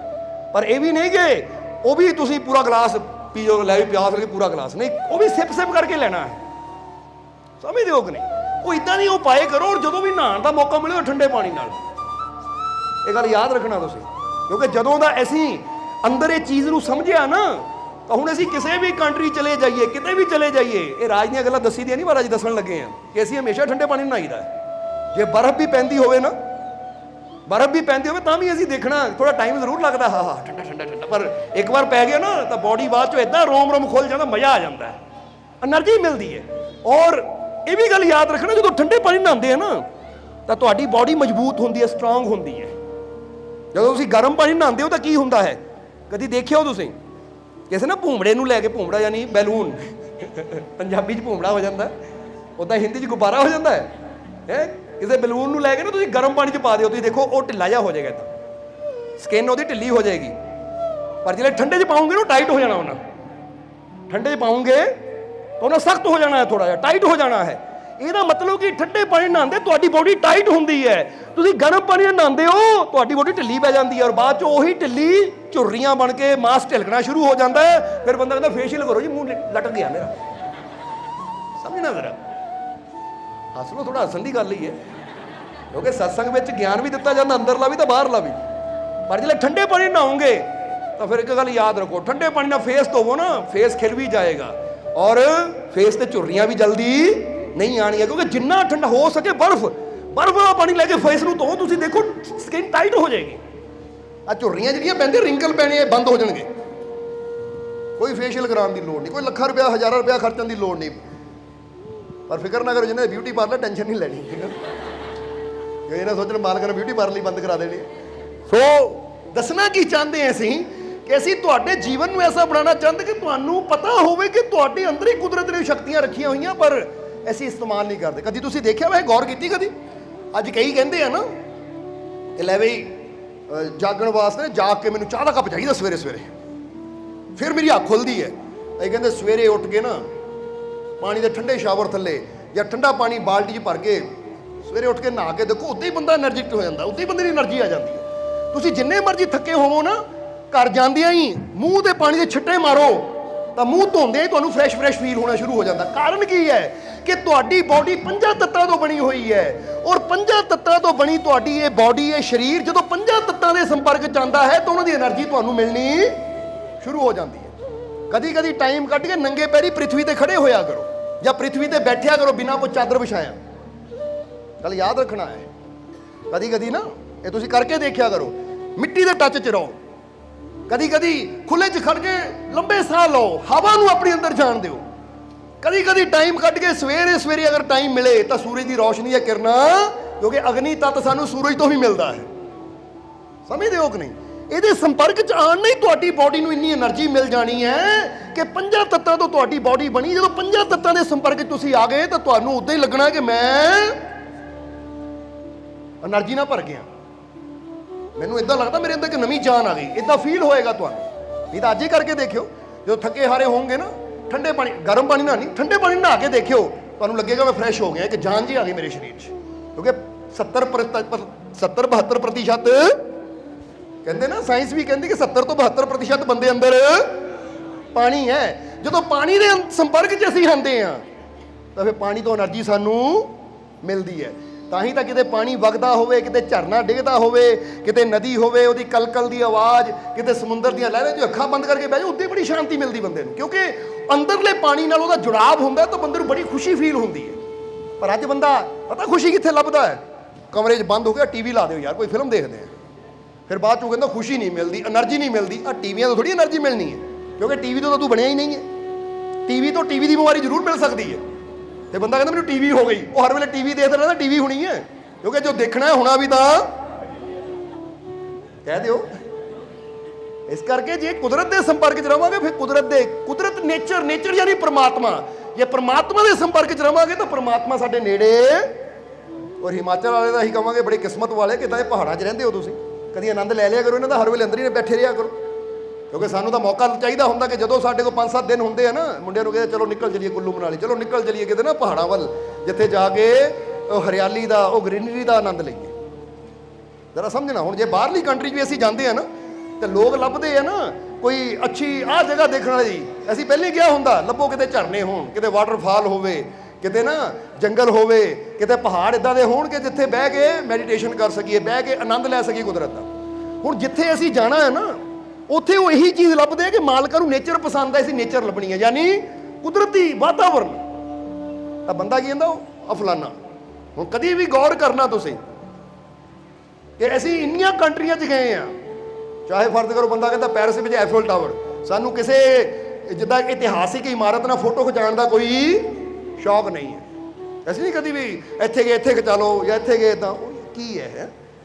ਸਾਨੂੰ ਕੁਦਰਤ ਚਾਹੀਦੀ ਹੈ, ਨੇਚਰ ਚਾਹੀਦਾ। ਜਿੱਥੇ ਸਾਨੂੰ ਸ਼ਾਂਤੀ ਹੈ ਨਾ, ਕਿਤੇ ਝਰਨਾ ਵਗਦਾ ਹੋਵੇ ਉੱਥੇ ਭਾਵੇਂ ਸਾਨੂੰ ਸਾਰਾ ਦਿਨ ਬਿਠਾ ਦਿਓ, ਕਿਤੇ ਨਦੀ ਵਗਦੀ ਹੋਵੇ, ਕਿਉਂਕਿ ਨੇਚਰ ਦੇ ਲਾਗੇ ਰਹਿਣ ਨਾਲ। ਤਾਂ ਹੀ ਤਾਂ ਫਿਰ ਤੁਹਾਨੂੰ ਵੀ ਇਹ ਗੱਲ ਕਿਉਂ ਕਹਿ ਰਹੇ ਆ, ਕਦੀ ਕਰਕੇ ਦੇਖੋ, ਕੁਦਰਤ ਦੇ ਨਾਲ ਜੁੜ ਕੇ ਦੇਖੋ, ਤੁਹਾਡੀਆਂ ਬਿਮਾਰੀਆਂ, ਤੁਹਾਡੀਆਂ ਤਕਲੀਫਾਂ, ਤੁਹਾਡੇ ਦੁੱਖ ਤਾਂ ਉਹਦੇ ਦੂਰ ਹੋਣੇ ਸ਼ੁਰੂ ਹੋ ਜਾਣਗੇ।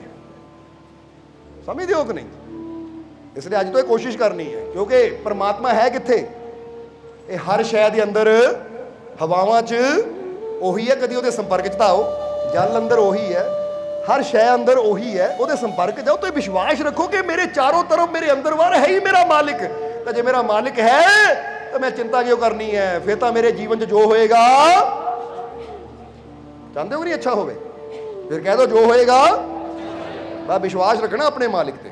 ਇਹ ਯੁਕਤੀ ਹੈ, ਜਿੱਦਾਂ ਕਬੀਰ ਸਾਹਿਬ ਕਹਿੰਦੇ ਜੀਵਨ 'ਚ ਦੁੱਖ ਬੜੇ ਸੀ ਪਰ ਗੁਰੂ ਨੇ ਯੁਕਤੀ ਦਿੱਤੀ, ਕਿਉਂਕਿ ਯੁਕਤੀ ਦੇਣਾ ਹੀ ਤਾਂ ਗੁਰੂ ਦਾ ਕੰਮ ਹੁੰਦਾ ਹੈ।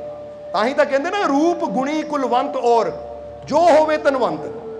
ਕਹਿੰਦੇ ਦੁਨੀਆ ਤੇ ਚਾਹੇ ਬੰਦਾ ਜਿੰਨਾ ਮਰਜ਼ੀ ਰੂਪਵਾਨ ਹੋਵੇ, ਰੂਪਵਾਨ ਤੁਸੀਂ ਸਮਝਦੇ ਹੋ ਕਿ ਸੋਹਣੇ ਤੋਂ ਸੋਹਣਾ ਹੋਵੇ, ਭਾਵੇਂ ਬੰਦਾ ਕਹਿੰਦਾ ਮਿਸਟਰ ਵਰਲਡ ਹੈ ਜਾਂ ਮਿਸ ਵਰਲਡ ਹੈ ਜਾਂ ਮਿਸ ਯੂਨੀਵਰਸ ਹੈ ਜਾਂ ਮਿਸਟਰ ਯੂਨੀਵਰਸ ਹੈ, ਉਹ ਕਹਿੰਦੇ ਭਾਵੇਂ ਪੂਰੀ ਦੁਨੀਆ ਦਾ ਬੰਦਾ ਸਭ ਤੋਂ ਸੋਹਣਾ ਜਾਂ ਸਭ ਤੋਂ ਸੋਹਣੀ, ਉਹ ਕਹਿੰਦੇ ਜਿੰਨਾ ਮਰਜ਼ੀ ਰੂਪਵਾਨ ਹੋਵੇ ਔਰ ਜਿੰਨਾ ਮਰਜ਼ੀ ਇਨਸਾਨ ਗੁਣੀ ਹੋਵੇ, ਇਹਨੂੰ ਆ ਵੀ ਆਂਦਾ ਹੈ, ਇਹਨੂੰ ਖਾਣਾ ਬਣਾਉਣਾ ਵੀ ਆਂਦਾ ਹੈ, ਇਹਨੂੰ ਆ ਵੀ ਕੰਮ ਆਂਦਾ, ਇਹਨੂੰ ਆ ਵੀ ਕੰਮ ਆਂਦਾ, ਇਹਨੂੰ ਗੁਣ ਕਹਿੰਦੇ ਨੇ ਅਸੀਂ। ਕਿ ਲੈ ਵੀ ਜਦੋਂ ਹੁਣ ਕਿਤੇ ਸ਼ਾਦੀ ਹੋ, ਮੁੰਡੇ ਅੰਦਰ ਗੁਣ ਕਿਹੜੇ, ਮੁੰਡਾ ਕਰਦਾ ਕੀ ਹੈ, ਕੁੜੀ ਅੰਦਰ ਗੁਣ ਕਿਹੜੇ ਆ, ਖੂਬੀਆਂ ਕਿਹੜੀਆਂ, ਕਰਦੀ ਕੀ ਹੈ? ਉਹ ਵੀ ਸਿਲਾਈ ਦਾ ਕੰਮ ਵੀ ਕਰ ਲੈਂਦੀ ਹੈ, ਫਿਰ ਤਾਂ ਠੀਕ ਹੈ ਨਾ। ਉਹ ਆ ਵੀ ਕੰਮ ਕਰ ਲੈਂਦੀ ਹੈ, ਘਰ 'ਚ ਖਾਣਾ ਹੈ, ਅੱਛਾ ਫਿਰ ਠੀਕ ਹੈ, ਕੁੜੀ ਗੁਣਵਾਨ ਹੈ। ਗੁਣ ਕਿਹਨੂੰ ਗਿਣਦੇ ਆ? ਕਿ ਕਲਾ, ਕਿ ਸਾਨੂੰ ਕਿੰਨੇ ਕੁ ਕੰਮਾਂ ਦਾ ਗਿਆਨ ਹੈ। ਹੁਣ ਇੱਥੇ ਦੱਸਿਆ ਗਿਆ ਕਿ ਰੂਪ ਗੁਣੀ ਕੁਲਵੰਤ। ਕੁਲਵੰਤ ਕਹਿੰਦੇ ਕਿ ਚੰਗੇ ਕੁਲ ਦਾ ਵੀ ਹੋਵੇ, ਕਿ ਬੰਦਾ ਕਹਿੰਦਾ ਚੰਗੇ ਕੁਲ ਦਾ ਹੈ, ਉੱਚੀ ਜਾਤ ਦਾ ਹੈ, ਔਰ ਹੋਵੇ ਧਨਵੰਤ। ਔਰ ਬੇਸ਼ੱਕ ਜਿੰਨਾ ਮਰਜ਼ੀ ਧਨਵਾਨ ਹੋਵੇ, ਪਰ ਦੱਸਿਆ ਗਿਆ ਹੈ ਕਿ ਰੂਪ ਵੀ, ਗੁਣ ਵੀ, ਧਨ ਵੀ, ਉੱਚਾ ਕੁੱਲ ਵੀ ਹੋਵੇ, ਪਰ ਜੇ ਇੱਕ ਚੀਜ਼ ਨਹੀਂ ਹੈ ਤਾਂ ਉਹਦੀ ਜ਼ਿੰਦਗੀ ਬੇਕਾਰ ਹੈ। ਉਹ ਕਿਹੜੀ ਚੀਜ਼ ਹੈ? ਪਤਾ ਕਿਹੜੀ ਚੀਜ਼ ਹੈ ਉਹ? ਜਰਾ ਹੁਣ ਸਮਝ ਲਓ ਕਿ ਦੱਸਿਆ ਹੈ ਸ਼ਬਦ ਦੇ ਅੰਦਰ, ਕਬੀਰ ਸਾਹਿਬ ਦੀ ਬਾਣੀ ਹੈ। ਕਬੀਰ ਸਾਹਿਬ ਦੱਸਦੇ ਆ, ਰੂਪ ਗੁਣੀ ਕੁਲਵੰਤ ਔਰ ਜੋ ਹੋਵੇ ਧਨਵੰਤ, ਬਿਨਾ ਗੁਰੂ ਸ਼ੋਭਾ ਨਹੀਂ ਬਿਸ਼ਟਾ ਨਰਕ ਪੜੰਤ। ਕਹਿੰਦੇ ਜੇ ਜੀਵਨ 'ਚ ਗੁਰੂ ਨਹੀਂ ਹੈ ਨਾ, ਜੇ ਜੀਵਨ 'ਚ ਸਹੀ ਗਿਆਨ ਦੇਣ ਵਾਲਾ ਨਹੀਂ ਹੈ, ਸਹੀ ਸਿੱਖਿਆ ਦੇਣ ਵਾਲਾ ਨਹੀਂ ਹੈ, ਜੀਵਨ ਨੂੰ ਜੀਣ ਦੀ ਕਲਾ ਦੇਣ ਵਾਲਾ ਨਹੀਂ ਹੈ, ਤਾਂ ਤੂੰ ਇਹ ਜਿੰਨਾ ਮਰਜ਼ੀ ਸੁੰਦਰ ਹੈ, ਤੂੰ ਜਿੰਨਾ ਮਰਜ਼ੀ ਗੁਣੀ ਹੈ, ਜਿੰਨਾ ਮਰਜ਼ੀ ਧਨਵਾਨ ਹੈ, ਤੂੰ ਜਿੰਨਾ ਮਰਜ਼ੀ ਉੱਚੇ ਕੁਲ 'ਚ ਪੈਦਾ ਹੋਇਆ ਹੈ, ਤੇਰੀ ਜ਼ਿੰਦਗੀ बेकार है। गुरु बिना शोभा नहीं, कहते गुरु तो बिना शोभा नहीं, क्योंकि जिंदगी ओदी चंगी है। बेशक इंसान रंग दा काला होवे, बेशक इंसान दी शक्ल चंगी ना होवे, पर अगर गुरु दा ज्ञान ओदे अंदर है ना, ओदी समझ अच्छी है। समझदे हो कि नहीं? क्योंकि ये चीज बड़ी समझनी है कि गुणा नू या धन नू, जिद्दां हुण बंदा कहे कि आ बंदा ना बावरची बड़ा अच्छा है, खाना बड़ा अच्छा बनाता है, ਹੁਣ ਖਾਣਾ ਅੱਛਾ ਬਣਾਉਂਦਾ ਹੈ, ਪਰ ਅਗਰ ਘਰ ਜਾ ਕੇ ਝਗੜਾਲੂ ਹੋਵੇ, ਪਤਨੀ ਨਾਲ ਝਗੜਾ ਕਰੀ ਜਾਵੇ, ਦੂਜਿਆਂ ਨਾਲ ਗਾਲੀ ਕਰੀ ਜਾਵੇ, ਤਾਂ ਇਹ ਕਹਿੰਦਾ ਖਾਣਾ ਤਾਂ ਵਧੀਆ ਬਣਾਉਂਦਾ, ਪਰ ਆ ਯਾਰ ਆ ਕੀ ਕਰ ਰਿਹਾ, ਇਹਨੂੰ ਕੋਈ ਚੰਗੀ ਸਿੱਖਿਆ ਵੀ ਦੇਣੀ ਚਾਹੀਦੀ ਹੈ ਕਿ ਜੇ ਖਾਣਾ ਵਧੀਆ ਬਣਾਉਂਦਾ ਹੈ ਤਾਂ ਹੁਣ ਕਈ ਵਾਰ ਹੁੰਦਾ ਕੋਈ ਟੇਲਰ ਵਧੀਆ ਹੁੰਦਾ, ਕੱਪੜਾ ਬਹੁਤ ਵਧੀਆ ਸੀਂਦਾ ਹੈ, ਪਰ ਉਹਦਾ ਸੁਭਾਅ ਬੜਾ ਮਾੜਾ ਵੀ ਹੋ ਸਕਦਾ ਹੈ। ਕੋਈ ਹੋ ਸਕਦਾ ਕਟਿੰਗ ਅੱਛੀ ਕਰਦਾ ਹੋਵੇ, ਪਰ ਦੂਜਿਆਂ ਨੂੰ ਗਾਲੀਆਂ ਦਿੰਦਾ ਹੋਵੇ। ਕੋਈ ਹੋ ਸਕਦਾ ਹੈ ਕਿ ਘਰ ਦੇ ਵਿੱਚ ਆਹ ਕੰਮ ਅੱਛਾ ਕਰਦਾ ਹੋਵੇ, ਪਰ ਉਹਦਾ ਸੁਭਾਅ। ਸੋ ਕਹਿਣ ਦਾ ਮਤਲਬ ਕੀ ਹੈ कि गुण जिहड़े है ना, खूबियां वो अलग चीज है, पर जो गुरु ने सानू सिखाना कि दुनिया ते रहन दी कला, दुनिया नू अच्छा किद्दां बनाया जावे, जीवन नू किद्दां अच्छा बनाया जावे, वो तां कबीर साहब कहंदे गुरु दे कोल बैठ के पता लगदा है कि वो परमानंद नू किद्दां पाया जावे। क्योंकि जे परमानंद चाहिदा है, जे परमात्मा चाहिदा, जिसने सानू पैदा कीता, जो उस मंजिल नू पाना है, तां बिना गुरु तो असीं वो नहीं पा सकदे। इसलिए अज ये तां दस रहे क्योंकि गुरु पूर्णिमा का दिन है कि जीवन च होना चाहिदा है कि गुरु का होना जीवन च किन्ना कह दियो। क्योंकि परमात्मा नू पाण दी कला, परमानंद नू पाण दी कला, खुशियां नू पाण दी कला, तंदुरुस्ती नू पाण दी कला, कामयाब होने की कला तो गुरु ही सिखांदा है। और ये उदों ही मिलती है जदों असीं गुरु नाल जुड़दे, क्योंकि गुरु नाल जुड़ के ही तो परमात्मा नाल जुड़दे हैं। समझते हो कि नहीं? इसलिए कई बार दसदे ना कि गुरु एक मार्ग है, तो परमात्मा इसलिए मार्ग ते जिहड़ा पैर रखदा है ना, मंजिल तक भी फिर ਉਹੀ ਪਹੁੰਚਦਾ। ਤਾਂ ਜੇ ਕੋਈ ਮਾਰਗ ਹੀ ਸਹੀ ਨਹੀਂ ਹੈ, ਫਿਰ ਮੰਜ਼ਿਲ ਉਹਨੂੰ ਕਿੱਦਾਂ ਮਿਲੇਗੀ? ਜਵਾਬ ਦਿਓ ਸਾਨੂੰ ਕਿ ਜੇ ਮਾਰਗ ਹੀ ਸਹੀ ਨਹੀਂ ਹੈ, ਜੇ ਮਾਰਗ ਹੀ ਇਦਾਂ ਦਾ ਕਿ ਇੱਥੇ ਕਿ ਜਾ ਕੇ ਖਤਮ ਹੋ ਜਾਂਦਾ, ਤਾਂ ਉਹਨਾਂ ਸਾਨੂੰ ਮੰਜ਼ਿਲ ਤੱਕ ਉੱਥੇ ਤੱਕ ਕਿੱਦਾਂ ਲੈ ਕੇ ਜਾਣਾ? ਇਸ ਲਈ ਮਾਰਗ ਵੀ ਉਹ ਚਾਹੀਦਾ ਜਿਹੜਾ ਇੱਥੇ ਸਾਡੇ ਨਾਲ, ਤਾਂ ਅੱਗੇ ਉਹ ਪਰਮਾਤਮਾ ਨਾਲ ਜੁੜਿਆ ਹੋਵੇ। ਇਸ ਲਈ ਕਹਿੰਦੇ ਨਾ ਗੁਰੂ ਇੱਕ ਬ੍ਰਿਜ ਦੇ ਸਮਾਨ ਹੁੰਦਾ। ਬ੍ਰਿਜ ਯਾਨੀ ਕਿ ਪੁਲ, ਕਿ ਜਿਹਦਾ ਇੱਕ ਕਿਨਾਰਾ ਇੱਧਰ ਹੁੰਦਾ ਹੈ ਤਾਂ ਦੂਜਾ ਕਿਨਾਰਾ ਦੂਜੇ ਪਾਸੇ ਹੁੰਦਾ ਹੈ। ਤਾਂ ਬ੍ਰਿਜ ਦਾ ਮਤਲਬ ਇਹ ਹੈ ਕਿ ਇੱਥੋਂ ਚਲਾਂਗੇ ਫੇਰ ਹੀ ਉੱਧਰ ਪਹੁੰਚਾਂਗੇ। ਤਾਂ ਜੇ ਬ੍ਰਿਜ ਹੀ ਰਸਤੇ 'ਚ ਟੁੱਟਾ ਹੋਵੇ, ਉੱਥੇ ਤੱਕ ਪਹੁੰਚ ਹੀ ਨਾ ਹੋਵੇ, ਤਾਂ ਫਿਰ ਅਸੀਂ ਵੀ ਅੱਧੇ ਜਾ ਕੇ ਉੱਥੇ ਬੈਠੇ ਰਵਾਂਗੇ। ਇਸ ਲਈ ਸਾਨੂੰ ਇਹ ਦੇਖਣਾ ਪੈਂਦਾ ਹੈ ਕਿ ਗੁਰੂ ਵੀ ਐਸਾ ਹੋਵੇ, ਰਸਤਾ ਦਿਖਾਉਣ ਵਾਲਾ ਕੋਈ ਸੰਤ ਫਕੀਰ ਵੀ ਐਸਾ ਹੋਵੇ ਜਿਹੜਾ ਪੂਰਨ ਹੋਵੇ, ਉੱਥੇ ਤੱਕ ਜਿਹਦੀ ਪਹੁੰਚ ਹੋਵੇ। ਔਰ ਜਿਹੜਾ ਉੱਥੇ ਤੱਕ ਪਹੁੰਚਿਆ ਹੋਏਗਾ ਨਾ, ਫਿਰ ਉਹ ਸਾਨੂੰ ਹਰ ਭਰਮ 'ਚੋਂ, ਹਰ ਭੁਲੇਖੇ 'ਚੋਂ, ਹਰ ਡਰ 'ਚੋਂ, ਹਰ ਮੁਸ਼ਕਿਲ 'ਚੋਂ ਕੱਢਣ ਦੀ ਕਲਾ ਵੀ ਸਿਖਾਏਗਾ ਕਿ ਡਰਨ ਦੀ ਲੋੜ ਨਹੀਂ, ਕਿਉਂਕਿ ਪਰਮ ਸ਼ਕਤੀਸ਼ਾਲੀ ਪਰਮਾਤਮਾ ਤੇਰੇ ਨਾਲ ਹੈ। ਇਸ ਲਈ ਸਮਝਾਉਣ ਨੂੰ ਬਹੁਤ ਕੁਛ ਹੈ, ਪਰ ਫਰਿਆਦੀ ਜੀ ਵੀ ਕਾਫੀ ਹੈ। ਇਸ ਲਈ ਥੋੜਾ ਸਤਸੰਗ ਨੂੰ ਆਖਰਲੇ ਵਚਨਾਂ ਵੱਲ ਲੈ ਕੇ ਚੱਲੀਏ, ਤਾਂ ਕਿ ਥੋੜਾ ਜਿਹਾ ਸਮਝੀਏ ਇਸ ਚੀਜ਼ ਨੂੰ, ਫਿਰ ਕਿ ਅਸੀਂ ਵੀ ਇਹੀ ਚਾਹੁੰਦੇ ਹਾਂ ਕਿ ਤੁਹਾਡੇ ਜੀਵਨ 'ਚ ਆਨੰਦ ਹੋਵੇ, ਤੁਹਾਡੇ ਜੀਵਨ 'ਚ ਖੁਸ਼ੀ ਹੋਵੇ, ਤੁਹਾਡੇ ਜੀਵਨ 'ਚ ਸ਼ਾਂਤੀ ਹੋਵੇ, ਤੁਹਾਡੇ ਜੀਵਨ 'ਚ ਨਾ ਇੱਦਾਂ ਦੀ ਨਿਡਰਤਾ ਹੋਵੇ ਕਿ ਹਾਲਾਤ ਜਿੱਦਾਂ ਦੇ ਮਰਜ਼ੀ ਹੋਣ, ਤੁਹਾਡੇ ਅੰਦਰ ਕੋਈ ਚਿੰਤਾ ਨਾ ਹੋਵੇ, ਟੈਨਸ਼ਨ ਨਾ ਹੋਵੇ, ਬਲਕਿ ਜਿੱਦਾਂ ਪਹਿਲਾਂ ਦੱਸਿਆ ਕਿ ਤੁਸੀਂ ਸ਼ਿਕਾਇਤ ਕਰਨ ਵਾਲੇ ਨਾ ਬਣੋ, ਸ਼ੁਕਰ ਕਰਕੇ ਹੱਲ ਕਰਨ ਵਾਲੇ ਬਣੋ। ਬੋਲੋ, ਸਮਝਦੇ ਹੋ ਕਿ ਨਹੀਂ? ਇਹਨੂੰ ਇਦਾਂ ਹੋਵੇ ਕਿ ਫਰਜ਼ ਕਰੋ ਤੁਸੀਂ ਡਾਕਟਰ ਕੋ ਗਏ, ਇੱਕ ਉਦਾਹਰਨ ਦੇਣ ਲੱਗੇ ਆ, ਇੱਕ ਬੰਦਾ ਡਾਕਟਰ ਕੋ ਗਿਆ, ਡਾਕਟਰ ਉਹਨੂੰ ਦੱਸਦਾ ਹੈ ਉਹ ਭਾਈ ਬੜੀ ਖਤਰਨਾਕ ਬਿਮਾਰੀ ਹੈ, ਤੈਨੂੰ ਕੈਂਸਰ ਹੈ। ਹਾਏ ਮਰ ਗਏ ਡਾਕਟਰ ਸਾਹਿਬ। ਅੱਛਾ ਕਿੰਨੇ ਕੁ ਦਿਨ ਜੀਣਾ ਮੈਂ, ਕੀ ਬਣੂਗਾ ਹੁਣ? ਨਾਲ ਹੀ ਰੋਣਾ ਸ਼ੁਰੂ, ਨਾਲ ਹੀ ਰੋਣਾ ਸ਼ੁਰੂ ਕਰਤਾ। ਹੁਣ ਰੋਣ ਨਾਲ ਦੁੱਖ ਵਧਣਾ ਜਾਂ ਘਟਣਾ? ਟੈਨਸ਼ਨ ਲੈਣ ਨਾਲ ਦੁੱਖ ਵਧਣਾ ਜਾਂ ਘਟਣਾ? ਬੰਦੇ ਦੀ ਹਿੰਮਤ ਪਤਾ ਕਿੱਦਾਂ ਚਾਹੀਦੀ ਹੈ? ਡਾਕਟਰ ਕਹੇ ਭਾਈ ਤੈਨੂੰ ਕੈਂਸਰ ਹੈ। ਅੱਛਾ ਡਾਕਟਰ ਸਾਹਿਬ ਕੈਂਸਰ ਹੈ? ਅੱਛਾ ਦੱਸੋ ਇਹਦਾ ਇਲਾਜ ਕੋਈ ਹੈ? ਇਲਾਜ ਹੈ ਕੋਈ ਨਹੀਂ। ਜੇ ਤੁਹਾਡੇ ਕੋਲ ਨਾ ਹੋਇਆ ਤਾਂ ਮੇਰੇ ਮਾਲਕ ਕੋਲ ਹਰ ਚੀਜ਼ ਦਾ ਇਲਾਜ ਹੈ, ਮੈਂ ਟੈਨਸ਼ਨ ਨਹੀਂ ਲੈਣੀ, ਮੈਂ ਕੋਸ਼ਿਸ਼ ਕਰਨੀ। ਹੱਸ ਕੇ ਡਾਕਟਰ ਵੀ ਹੈਰਾਨ ਹੋ ਜਾਵੇ, ਉਹ ਮੈਂ ਇਹਨੂੰ ਭਾਈ ਕੈਂਸਰ ਕਿਹਾ ਹੈ, ਤਾਂ ਇੱਦਾਂ ਸੋਚਦਾ ਇੱਦਾਂ ਹੈ ਹੀ ਕੁਛ ਨਹੀਂ, ਇਹਨੂੰ ਤਾਂ ਪਰਵਾਹ ਹੀ ਕੋਈ ਨਹੀਂ। ਉਹ ਮੈਂ ਕਿਉਂ ਪਰਵਾਹ ਕਰਾਂ? ਜਿਹਦੀ ਜ਼ਿੰਦਗੀ ਹੈ ਪਰਵਾਹ ਉਹ ਕਰੇ, ਮੈਂ ਤਾਂ ਕੋਸ਼ਿਸ਼ ਕਰਨੀ ਹੈ। ਜੇ ਦੁੱਖ ਆ ਹੀ ਗਿਆ ਹੈ ਤਾਂ ਸੋਚ ਕੇ, ਡਰ ਕੇ, ਰੋ ਕੇ ਜ਼ਿੰਦਗੀ ਥੋੜੀ ਗਵਾਉਣੀ ਹੈ। ਪਤਾ ਲੱਗ ਗਿਆ ਦੁੱਖ ਹੈ, ਸ਼ੁਕਰ ਹੈ ਟਾਈਮ ਨਾਲ ਪਤਾ ਲੱਗ ਗਿਆ। ਇਹ ਨਾ ਹੁੰਦਾ ਕਿ ਦੁੱਖ ਜਾਨ ਲੈ ਜਾਂਦਾ, ਬਾਅਦ ਚ ਪਤਾ ਲੱਗਦਾ ਵੀ ਇਹ ਤਾਂ ਕੈਂਸਰ ਨਾਲ ਮਰ ਗਿਆ, ਇਹਨੂੰ ਪਤਾ ਹੀ ਨਹੀਂ ਲੱਗਾ। ਇਸ ਲਈ ਕੋਈ ਦੁੱਖ ਸਾਹਮਣੇ ਆ ਜਾਵੇ ਤਾਂ ਡਰੋ ਨਾ, ਘਬਰਾਵੋ ਨਾ, ਬਲਕਿ ਸ਼ੁਕਰ ਕਰੋ, ਸ਼ੁਕਰ ਹੈ ਪਰਮਾਤਮਾ ਪਤਾ ਲੱਗ ਗਿਆ, ਹੁਣ ਇਹਦਾ ਹੱਲ ਕਰਨਾ ਆ। ਔਰ ਮੈਨੂੰ ਪੂਰਾ ਯਕੀਨ ਹੈ ਆਪਣੇ ਮਾਲਿਕ ਨੇ, ਇਹਦਾ ਹੱਲ ਵੀ ਜ਼ਰੂਰ ਕੀ ਕਹਿੰਦੇ ਆ ਹੋਏਗਾ, ਇਹਦਾ ਹੱਲ ਵੀ ਜ਼ਰੂਰ, ਇਹਦਾ ਹੱਲ ਵੀ ਜ਼ਰੂਰ। ਹੁਣ ਇਸ ਵੇਲੇ ਤੁਹਾਡੇ ਜੀਵਨ ਦੀ ਕੋਈ ਪਰੇਸ਼ਾਨੀ ਹੈ, ਫਰਜ਼ ਕਰੋ ਅਗਰ ਹੈ ਵੀ, ਤਾਂ ਇਹ ਨਹੀਂ ਸੋਚਣਾ ਕੀ ਬਣੂਗਾ ਕੀ ਹੋਏਗਾ, ਉਹ ਮਾਲਿਕ ਨਾਲ, ਇਹਦਾ ਹੱਲ ਵੀ। मेरा मालिक है मेरे साथ तो मुश्किलों का हल भी निकलेगा।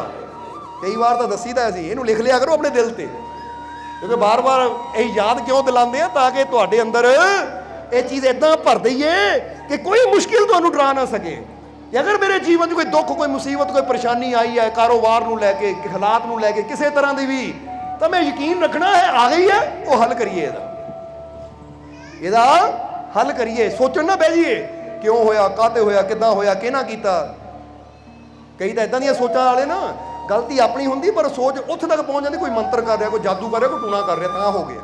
वो भाई दूजियां दे उत्ते ना छड्ड, अपने ते लै, जरा समझना जरा इहनूं। फिर एक थोड़े एग्जाम्पल दे के समझावांगे। फर्ज करो एक बच्चा है, हुण एक बच्चा है, वो पास होना चाहता, पढ़ता है नहीं, फेल हो गया, वो गुआंढियां ने जादू जिहा करता सी।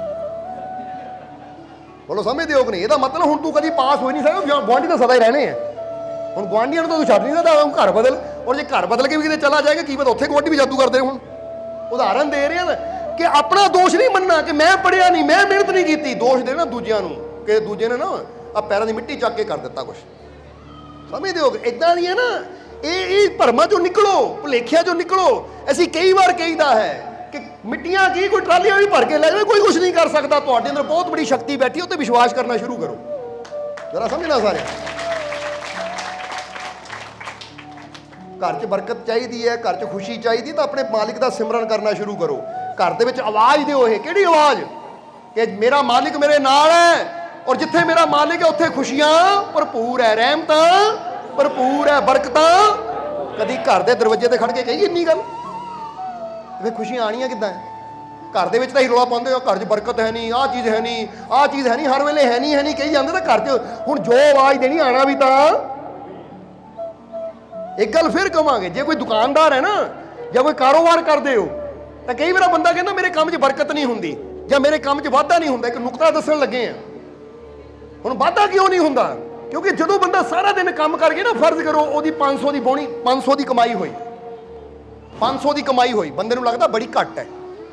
बंदे नूं की लगदा बड़ी, तो बंदा पता की कहता है, दुकान अज तो यार होया ही कुछ नहीं, अज तो कमाई कोई नहीं, घाटा पै गया, अज तो फायदा ही कोई नहीं होया दुकान खोलण दा। असीं बोल की रहे हैं, अपनी दुकान च बह के असीं वो नैगेटिव चीज़ बोल रहे हैं, और वो प्रभाव है दुकान ते बड़ा। कहना की चाहिए है, चाहे 200 ही आवे, दुकान अंदर खड़ के कहो शुक्र है मेरे मालिक, शुक्र है ये तू 200 दिता, इच बरकत पा, क्योंकि तेरे नाम च बड़ी बरकत है। तू चाहे तो 200 भी 2 लाख वर्गा हो सकता है। बरकत की गल करो, शुक्र करो कि शुक्र है 200 मिलिया, शुक्र है। जे तू ना होंदा तो भी नहीं मिलना सी, क्योंकि ये भी तो हो सकता कि आवे ही ना कुछ, 200 भी ना आवे, बंदा थोड़ी लैके आंदा, देना तो रब है। हुण गौर करना, जे अज तुसीं 200 बारे शुक्र कीता ना, शुक्र है जे 200 आया, चाहे 100 ही आया, पूरा दिन बैठ के 100 आया, शुक्र है मेरे मालिक, शुक्र है 100 रुपया देने वास्ते, क्योंकि तेरी रहमत मेरे नाल है, मैनू तेरे ते विश्वास है, जे तू मेरे नाल है तो 100 भी लखां बराबर है। इसलिए शुक्र है मेरे मालिक। उच्ची आवाज शुक्र करके जाओ, अगले दिन दुकान खोलो, ना 1000 आवे तो फेंकियो, बढ़ेगा बढ़ेगा, फिर बढ़ेगा बढ़ेगा, बरकत होएगी। बरकत कदों होएगी? तो शुक्र करांगे। तो जो कमांगे ले 10,000 भी कमा के यार 10,000 ही है, वो तो लख कमा के लै गया, कोई वो लै गया, ओदी करनी है, तेरी करनी की है? तू अपना शुक्र कर, की पता वो तेरे नाल ज़्यादा शुक्र करता होवे, क्योंकि शुक्र दस के थोड़ी किया जाता है, सिमरन दस के थोड़ी किया जाता, सेवा दस के थोड़ी की जाती है। हुण बंदा कई बार कहता जी मैं दुकान पर सारा सारा दिन बैठा रहता, मेरे गाहक वो दुकान गाहकां ने भरी रहिंदी है, तो की पता तेरे नाल ज़्यादा दान करता होवे, की पता तेरे नाल ज़्यादा शुक्र करता होवे। वो कदी देखिया उहदे घर जाके तू?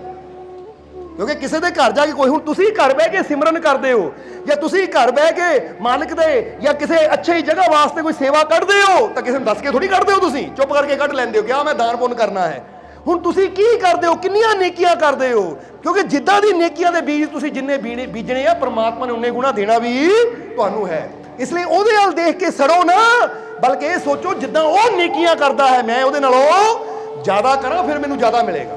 ਕਿਉਂਕਿ ਜਿੱਦਾਂ ਹੀ ਦੱਸਿਆ ਸੀ ਨਾ, ਜਿਤਨਾ ਜਾਊਂਗਾ ਉਤਨਾ, ਸਤਸੰਗ ਸੁਣਿਆ ਕਿ ਨਹੀਂ? ਉਹ ਇਹ ਜਦ ਸਵਾਮੀ ਵਿਵੇਕਾਨੰਦ ਜੀ ਦੀ ਉਹ ਗੱਲ ਹੈ, ਸੁਣਿਆ ਨਾ, YouTube ਤੇ ਪਾਇਆ ਗਿਆ ਹੈ।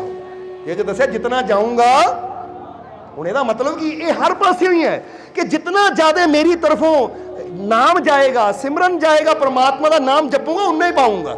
ਜਾਂ ਜਿੰਨਾ ਜ਼ਿਆਦਾ ਮੈਂ ਸੇਵਾ ਕਰੂੰਗਾ, ਜਿੰਨਾ ਜ਼ਿਆਦਾ ਮੈਂ ਸਤਿਗੁਰ ਦੇ ਕੋਲ ਜਾਊਂਗਾ, ਜਿੰਨਾ ਜ਼ਿਆਦਾ ਮੈਂ ਮਿਹਨਤ ਕਰੂੰਗਾ, ਉਨਾ ਜ਼ਿਆਦਾ ਉਹ ਹਰ ਚੀਜ਼ ਤੇ ਲਾਗੂ ਹੁੰਦੀ ਹੈ ਗੱਲ। ਜੇ ਬੰਦਾ ਕਹਿੰਦਾ, ਬੱਚਾ ਕਹਿੰਦਾ ਅੱਛੇ ਨੰਬਰ ਲੈ ਕੇ ਪਾਸ ਹੋਣਾ, ਤਾਂ ਬੇਟਾ ਜਿਤਨਾ ਜ਼ਿਆਦਾ ਸਕੂਲ ਜਾਏਗਾ ਉਤਨੇ ਅੱਛੇ ਨੰਬਰ ਪਾਏਗਾ। ਤੇ ਜੇ ਸਕੂਲੇ ਛੁੱਟੀ ਮਾਰੀ ਜਾਵੇ, ਅੱਛੇ ਨੰਬਰ ਕਿੱਥੋਂ ਆਣੇ ਤੇਰੇ? ਕਈ ਬੱਚਿਆਂ ਨੂੰ ਤਾਂ ਉਹ ਕੀ ਕਹਿੰਦੇ ਹੁੰਦੇ ਆ 100% ਨਾ, ਉਹ ਸਕੂਲ ਦੇ ਵਿੱਚ ਉਹ ਜਾਂਦੇ ਆ, ਇੱਕ ਵੀ ਛੁੱਟੀ ਨਹੀਂ ਕਰਦੇ ਤਾਂ ਉਹਦੇ ਵੀ ਪੁਆਇੰਟ ਮਿਲ ਜਾਂਦੇ ਆ ਕਿ ਇਹਨਾਂ ਪੂਰੇ ਸਾਲ ਛੁੱਟੀ ਨਹੀਂ ਕੀਤੀ, ਕੋਈ ਅਟੈਂਡੈਂਸ ਦੇ ਮਿਲ ਜਾਂਦੇ ਆ 100% ਕਿ ਇਹਦਾ ਇੱਕ ਵੀ ਛੁੱਟੀ ਨਹੀਂ ਕੀਤੀ। ਹੁਣ ਜਿਤਨਾ ਜਾਊਂਗਾ ਉਤਨਾ ਪਾਉਂਗੇ, ਹਰ ਪਾਸੇ ਲਾਗੂ ਹੁੰਦਾ। ਇੱਕ ਦੁਕਾਨਦਾਰ ਕਵੇ ਹਫ਼ਤੇ 'ਚ ਇੱਕ ਦਿਨ ਦੁਕਾਨ ਖੁੱਲਣੀ ਹੈ, ਤਾਂ ਭਾਈ ਵੀ ਜਿਤਨਾ ਜਾਊਂਗਾ ਉਤਨਾ ਤੂੰ ਰੋਜ਼ ਦੁਕਾਨ ਖੋਲ, ਮਿਹਨਤ ਕਰ, 1 ਘੰਟਾ ਵਾਧੂ ਦੇ, ਜਿੰਨਾ ਜਾਊਂਗਾ ਉਨਾ। ਹੁਣ ਕੁਛ ਵੀ ਹੈ ਨਾ, ਕੁਛ ਵੀ ਹਾਸਿਲ ਕਰਨਾ ਹੋਵੇ, ਜੇ ਬੰਦੇ ਨੇ ਚਾਹੇ ਅੱਛੀ ਸਿਹਤ ਹੋਵੇ, ਹੁਣ ਜੇ ਬੰਦਾ ਐਕਸਰਸਾਈਜ਼ ਵੀ ਕਰਦਾ ਹੈ, ਜੇ 5 ਮਿੰਟ ਕੀਤੀ ਤਾਂ ਉਹਨਾਂ ਕਸਰ ਹੋਣਾ, ਬੰਦਾ ਕਹਿੰਦਾ ਜਿਤਨਾ ਜਾਊਂਗਾ ਉਤਨਾ ਪਾਊਂਗਾ, ਯਾਨੀ ਜਿੰਨੀ ਮਿਹਨਤ ਕਰੂੰਗਾ ਉਨਾ ਜ਼ਿਆਦਾ ਮੈਨੂੰ ਮਿਲੇਗਾ। ਇਸ ਲਈ ਖੁਸ਼ੀਆਂ, ਬਰਕਤਾਂ, ਰਹਿਮਤਾਂ ਇਹ ਹੁੰਦੀਆਂ ਕਿ ਮੈਂ ਕਿੰਨਾ ਦੇ ਰਿਹਾ, ਕਿੰਨਾ ਅੱਛਾ ਕਰ ਰਿਹਾ ਹਾਂ। ਹੁਣ ਦੂਜੇ ਦੀ ਦੁਕਾਨ ਭਰੀ ਰਹਿੰਦੀ ਹੈ, ਤਾਂ ਹੋ ਸਕਦਾ ਤੇਰੇ ਨਾਲੋਂ ਜ਼ਿਆਦਾ ਉਹ ਨੇਕੀਆਂ ਕਰਦਾ ਹੋਵੇ। ਕੋਈ ਰੋਲਾ ਪਾ ਕੇ ਥੋੜੀ ਕਰਨਾ ਹੈ, ਤੂੰ ਇਹ ਸੋਚ ਸੜ ਨਾ, ਬਲਕਿ ਤੇਕੋ ਜਿੰਨਾ ਹੈ ਸ਼ੁਕਰ ਕਰ, ਔਰ ਆਪਣੇ ਮਾਲਿਕ ਦੇ ਨਾਮ ਦਾ ਕੁਛ ਨਾ ਕੁਛ ਅੱਛਾਈ ਦੇ ਵਾਸਤੇ ਕੁਛ ਨਾ ਕੁਛ, ਚਾਹੇ ਸ਼ਰਤਾਂ ਦੇ ਮੁਤਾਬਿਕ 1 ਪੈਸਾ 2 ਪੈਸੇ ਰੱਬ ਦੇ ਲੇਖੇ ਜ਼ਰੂਰ ਲਾ, ਕਿਉਂਕਿ ਬਰਕਤ ਉੱਥੋਂ ਆਉਂਦੀ ਹੈ। ਇਹ ਗੱਲ ਯਾਦ ਰੱਖੋ। ਤਾਂ ਹੀ ਤਾਂ ਹਰ ਧਰਮ ਦੇ ਅੰਦਰ ਦਸਵੰਧ ਬਾਰੇ ਕਿਹਾ ਗਿਆ ਹੈ ਕਿ 10ਵਾਂ ਅੰਸ਼ ਗੁਰੂ ਦੇਵ ਕੋ ਦੀਜੇ, ਜੀਵਨ ਜਨਮ ਸਫਲ ਕਰ ਲੀਜੇ। ਯਾਨੀ ਇਹਨੂੰ ਕਹਿੰਦੇ ਅੱਛੇ ਪਾਸੇ 10ਵਾਂ ਅੰਸ਼ ਲਾ ਆਪਣੀ ਕਮਾਈ ਦਾ, ਤਾਂ ਤੇਰੇ ਜੀਵਨ 'ਚ ਖੁਸ਼ੀਆਂ ਆਣਗੀਆਂ, ਸਫਲਤਾ ਆਏਗੀ। ਤਾਂ ਹੀ ਤਾਂ ਇੱਕ ਸ਼ਬਦ ਬੜਾ ਪਿਆਰਾ ਨਾ ਕਿ ਤਨ ਪਵਿੱਤਰ ਸੇਵਾ ਕੀਏ, ਧਨ ਪਵਿੱਤਰ ਕੀਏ ਦਾਨ, ਮਨ ਪਵਿੱਤਰ ਹਰੀ ਭਜਨ ਸੇ ਹੋਤਾ ਹੈ ਕਲਿਆਣ। ਇਹ ਕਲਿਆਣ ਫੇਰ ਹੀ ਹੁੰਦਾ ਜਦੋਂ ਅਸੀਂ ਉਹ ਨਿਯਮ ਅਪਣਾਉਂਦੇ ਆ ਨਾ ਜੋ ਕਲਿਆਣ ਵਾਲੇ ਆ, ਤਾਂ ਫੇਰ ਹੀ ਸਾਡਾ ਕਲਿਆਣ ਹੁੰਦਾ ਹੈ। ਸਮਝ ਆ ਗਈ ਕਿ ਨਹੀਂ ਸਾਰਿਆਂ? ਇਸ ਕਰਕੇ ਆਪਣੇ ਅੰਦਰ ਯਕੀਨ ਰੱਖੋ, ਆਪਣੇ ਅੰਦਰ ਵਿਸ਼ਵਾਸ ਰੱਖੋ। ਜੇ ਕੰਮਾਂ 'ਚ ਬਰਕਤ ਚਾਹੀਦੀ ਹੈ ਤਾਂ ਜਿੰਨਾ ਵੀ ਮਿਲੇ, ਕਿਉਂ ਨਾ 50 ਰੁਪਏ ਮਿਲਣ ਪੂਰੇ ਦਿਨ 'ਚ, ਸ਼ੁਕਰ ਕਰੋ ਕਿ 50 ਵੀ 50,000 ਦੇ ਬਰਾਬਰ ਹੈ। ਜੇ ਮੇਰੇ ਮਾਲਕ ਦੀ ਰਹਿਮਤ ਮੇਰੇ ਨਾਲ ਹੈ, ਸ਼ੁਕਰ ਹੈ ਮੇਰੇ ਮਾਲਕ, ਸ਼ੁਕਰ ਹੈ, ਸ਼ੁਕਰ ਕਰੋ, ਹਰ ਹਾਲਤ ਵਿੱਚ ਸ਼ੁਕਰ ਕਰੋ। ਦੁਕਾਨ ਖੋਲਦੇ ਸ਼ੁਕਰ ਕਰੋ, ਟੈਨਸ਼ਨ ਨਾਲ ਨਹੀਂ, ਪਤਾ ਨਹੀਂ ਅੱਜ ਗਾਹਕ ਆਣੇ ਜਾਂ ਨਹੀਂ, ਪਤਾ ਨਹੀਂ ਅੱਜ ਬੋਣੀ ਹੋਣੀ ਜਾਂ ਨਹੀਂ, ਪਤਾ ਨਹੀਂ ਅੱਜ ਕਮਾਈ, ਇਦਾਂ ਦੀ ਸੋਚ ਨਹੀਂ। ਇਹ ਸੋਚੋ ਕਿ ਮਾਲਿਕ ਦੀ ਦੁਕਾਨ ਹੈ, ਮੇਰੇ ਮਾਲਿਕ ਦੇ ਦਿੱਤਾ ਸਭ ਕੁਝ ਹੈ, ਬਰਕਤਾਂ ਵੀ ਉਹਨੇ ਪਾਣੀਆਂ ਹੈ। ਇਹ ਲਈ ਘਰ ਦੇ ਦਰਵਾਜ਼ੇ ਤੇ ਖੜ ਕੇ ਨਾ ਕਦੀ ਕਦੀ ਸਵੇਰੇ ਸਵੇਰੇ ਘਰ ਵੱਲ ਨੂੰ ਮੂੰਹ ਕਰਕੇ ਕਿਹਾ ਕਰੋ, ਇਹ ਘਰ ਮੇਰੇ ਮਾਲਿਕ ਦਾ ਹੈ ਔਰ ਮੇਰਾ ਮਾਲਿਕ ਮੇਰੇ ਨਾਲ ਹੈ, ਮੇਰੇ ਘਰ 'ਚ ਖੁਸ਼ੀਆਂ ਹੀ ਖੁਸ਼ੀਆਂ ਹੈ, ਮੇਰੇ ਘਰ 'ਚ ਬਰਕਤਾਂ ਹੀ ਬਰਕਤਾਂ ਹੈ, ਮੇਰੇ ਘਰ 'ਚ ਰਹਿਮਤ ਹੀ ਰਹਿਮਤ ਹੈ, ਕਿਉਂਕਿ ਜਿੱਥੇ ਮੇਰਾ ਮਾਲਿਕ ਹੈ ਉੱਥੇ ਕਮੀ ਕੋਈ ਹੋ ਹੀ ਨਹੀਂ ਸਕਦੀ। ਘਰ ਦੇ ਦਰਵਾਜ਼ੇ ਤੇ ਖੜ ਕੇ ਜਦੋਂ ਘਰ ਅੰਦਰ ਨੂੰ ਮੂੰਹ ਕਰਕੇ ਕਹਿੰਦੇ ਆ ਨਾ, ਤਾਂ ਸਾਡੀ ਆਵਾਜ਼ ਵਿੱਚ ਪੋਜ਼ਿਟਿਵਿਟੀ ਹੁੰਦੀ ਹੈ, ਕਿਉਂਕਿ ਸਾਡੀ ਕਹਿੰਦੇ ਨਾ ਜੋ ਅਸੀਂ ਬੋਲਦੇ ਉਹਦਾ ਅਸਰ ਦੀਵਾਰਾਂ ਤੇ ਵੀ ਹੁੰਦਾ ਹੈ। ਇਹ ਗੱਲ ਸੱਚੀ ਹੈ।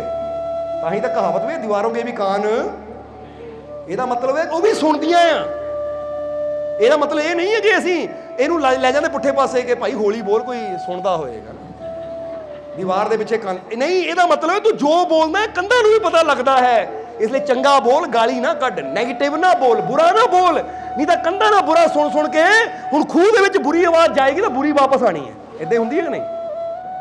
ਮਜ਼ਾ ਤਾਂ ਇਹ 'ਚ ਹੀ ਹੈ ਨਾ ਕਿ ਜਿੱਧਰ ਦੇਖੀਏ ਉੱਧਰ ਰੱਬ, ਜਿਸ ਤਰਫ ਦੇਖਾ ਮੁਕਾਮੇ ਹੂ ਨਜ਼ਰ ਆਇਆ ਮੁਝੇ, ਜਿਸ ਤਰਫ ਦੇਖਾ, ਜਿੱਧਰ ਵੀ ਮੈਂ ਦੇਖਦਾ। ਜੇ ਕੋਈ ਸਾਨੂੰ ਪੁੱਛੇ ਰੱਬ ਕਿੱਥੇ ਹੈ, ਤਾਂ ਇੱਕੋ ਹੀ ਗੱਲ ਆਪਣੇ ਦਿਲ ਦੀ ਕਵਾਂਗੇ ਕਿ ਜਿਸ ਤਰਫ ਦੇਖਾ ਮੁਕਾਮੇ ਹੂ ਨਜ਼ਰ ਆਇਆ ਮੁਝੇ, ਕੁਛ ਨਜ਼ਰ ਆਇਆ ਨਾ ਫਿਰ ਜਬ ਤੂ ਨਜ਼ਰ ਆਇਆ ਮੁਝੇ। ਜਦੋਂ ਉਹ ਨਜ਼ਰ ਆ ਗਿਆ ਤਾਂ ਹੁਣ ਹੈ ਹੀ ਹਰ ਜਗ੍ਹਾ ਉਹੀ ਹੈ, ਹੁਣ ਹੋਰ ਕੋਈ ਹੈ ਹੀ ਨਹੀਂ। ਤਾਂ ਹੀ ਤਾਂ ਅਸੀਂ ਆਪਣੇ ਬਾਰੇ ਇੱਕ ਗੱਲ ਕਹੀ ਦੀ ਕਿ ਫਕੀਰੀ ਅੰਦਾਜ਼ ਹੂੰ ਮੈਂ, अपना मिजाज सबसे जुदा रखता हूँ। फकीरी अंदाज हूँ मैं, अपना मिजाज सबसे जुदा रखता हूँ। लोग ढूंढते हैं मंदिर मस्जिद में, मैं अपने दिल में खुदा रखता हूँ। ਜਿਹਨੂੰ ਲੋਕੀ ਮੰਦਰਾਂ ਮਸਜਿਦਾਂ ਲੱਭਦੇ ਨਾ, ਇੱਥੇ ਦੇਖ ਲਓ ਆ ਕੇ, ਉਹਦਾ ਇੱਥੇ ਹੈ। ਇਹਲੇ ਜਿਹਨੇ ਇੱਥੇ ਦੇਖ ਲਿਆ ਉਹਨੂੰ ਮੰਦਰਾਂ ਜਾਣ ਦੀ ਲੋੜ ਨਹੀਂ, ਮਸਜਿਦਾਂ ਜਾਣ ਦੀ ਲੋੜ ਨਹੀਂ। ਉਹ ਤਾਂ ਕਹਿੰਦੇ ਅੱਖਾਂ ਬੰਦ ਕੀਤੀਆਂ, ਦਿਲ ਕੇ ਆਈ ਨੇਮੇ ਹੈ ਤਸਵੀਰੇ ਯਾਰ, ਜਬ ਜ਼ਰਾ ਗਰਦਨ ਝੁਕਾਈ। ਉਹ ਆਪਣੇ ਅੰਦਰ ਦੇਖੋ, ਉਹ ਯਾਰ ਤਾਂ ਅੰਦਰ ਬੈਠਾ, ਤੁਸੀਂ ਐਵੇਂ ਬਾਹਰ ਲੱਭ ਕੇ ਦੌੜਾਂ ਪਾਈਆਂ ਹੋਈਆਂ ਹੈ। ਰੱਬ ਤਾਂ ਤੇਰੇ ਅੰਦਰ ਵਸਦਾ, ਨਾ ਜੰਗਲਾਂ ਵਿੱਚ ਟੋਲ, ਐਵੇਂ ਜੰਗਲਾਂ 'ਚ ਪਿਆ। ਇਸ ਲਈ ਸਮਝਾਉਣ ਨੂੰ ਬਹੁਤ ਕੁਛ ਹੈ, ਪਰ ਹੁਣ ਸਮਝਦਾਰ ਨੂੰ ਇਸ਼ਾਰਾ ਹੀ ਕਾਫੀ ਹੁੰਦਾ ਹੈ। ਸੋ ਮਾਲਿਕ ਤੁਹਾਡੇ ਅੰਦਰ ਹੈ ਕਿ ਤੁਸੀਂ ਵੀ ਆਪਣੇ ਮਿਜ਼ਾਜ ਨੂੰ ਇਦਾਂ ਦਾ ਰੱਖੋ ਕਿ ਮੇਰਾ ਖੁਦਾ, ਮੇਰਾ ਮਾਲਿਕ, ਮੇਰਾ ਅੱਲਾਹ हर जगह मेरे, ताही तो कहते मेरा मालिक मेरे। बस जब मेरा मालिक मेरे साथ है तो चिंता या डरने की क्या, तो डरने की क्या, तो चिंता की क्या। फिर छड्डो चिंता, अज तो छड्डते कि नहीं, इत्थे कह देंगे हो छड्ड दो चिंता, क्योंकि टेंशन लै लै के जिंदगी नहीं गुआनी, आनंद लेना जिंदगी का, आनंद लेना जिंदगी का, क्योंकि जिंदगी मिली है आनंद लैन वास्ते। आनंद चों पैदा होए, आनंद च ही समाना है। आए भी आनंद चों आ, जाना भी आनंद में। गब्बे पता नहीं काहदी टेंशन ही लैके बैठे रहते, क्यों नहीं सोचते कि इत्थे भी आनंद नूं याद रखीए, उहनूं दाते नूं याद रखीए। तो आनंद में तो जिंदगी है, आनंद लो हर पल जिंदगी का। टेंशन छड्डो, फिक्रां छड्डो। अज तो जे जीवन में कोई दुख भी है, कोई मुश्किल भी है, तो सोचना नहीं है। जिदा दसिया ना कि डॉक्टर कहे तैनूं आ बीमारी है, हाए क्यों हो गई, काते हो गई, हुण मर गए। खुशी ना कहो, खुशी ना कि विश्वास ना करो। डॉक्टर साहब अच्छा हल दसो इहदा की है, मैनूं अपने मालिक ते यकीन है, हल जरूर होएगा कि नहीं। कोई कहे आ बड़ी मुश्किल है, वो किहड़ी मुश्किल तेरे वास्ते बड़ी होएगी, मेरे वास्ते कोई मुश्किल बड़ी नहीं है, क्योंकि मेरा मालिक मेरे। इसलिए अज तो अपनी मुश्किलों बड़ा नहीं, अपने मालिक की रहमत को बड़ा समझना है। और घर में खड़ के जरूरी नहीं गल कह दिया करो कि मेरे घर च मालिक की रहमत ही रहमत है, मेरे घर च मालिक दियाँ बहुत रहमत है, मेरे घर च बहुत बरकतां है, मेरा घर बरकतां ना भरपूर है, रहमतां ना भरपूर है, खुशियां ना भरपूर है, क्योंकि हर पल मेरा मालिक मेरे।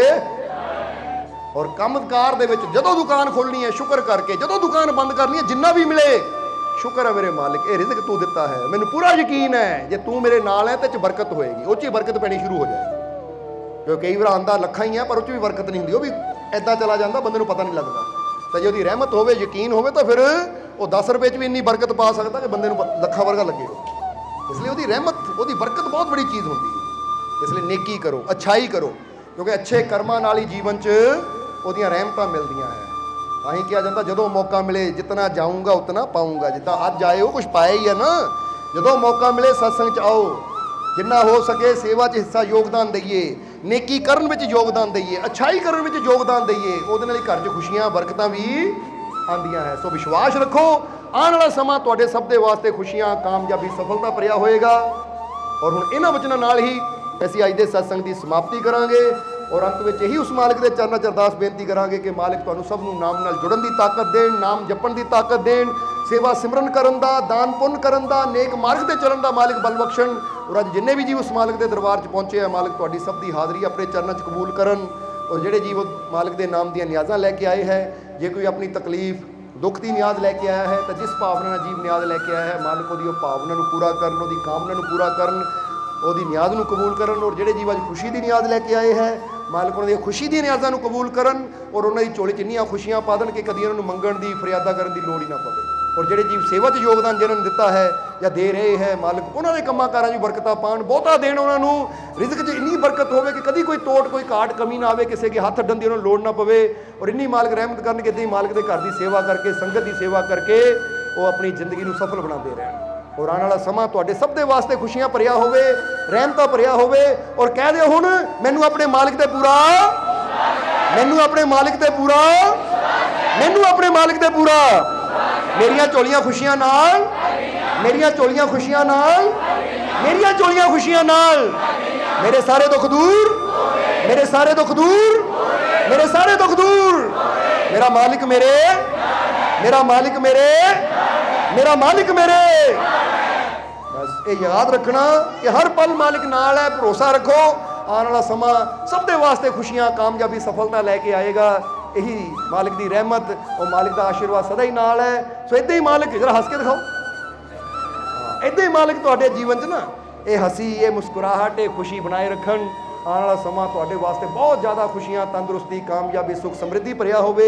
ਇਹੀ ਸਾਡੀ ਉਸ ਮਾਲਕ ਦੇ ਚਰਨਾਂ 'ਚ ਅਰਦਾਸ ਬੇਨਤੀ ਹੈ। ਔਰ ਅੰਤ ਵਿੱਚ ਤੁਹਾਡੇ ਸਭ ਦੇ ਅੰਦਰ ਵਸਦੇ ਉਸ ਮਾਲਕ ਨੂੰ ਅਸੀਂ ਪ੍ਰਣਾਮ ਕਰਦੇ ਹਾਂ। ਸਾਡਾ ਪ੍ਰਣਾਮ ਸਵੀਕਾਰ ਕਰੋ। ਜੈ ਮਾਲਕਾ।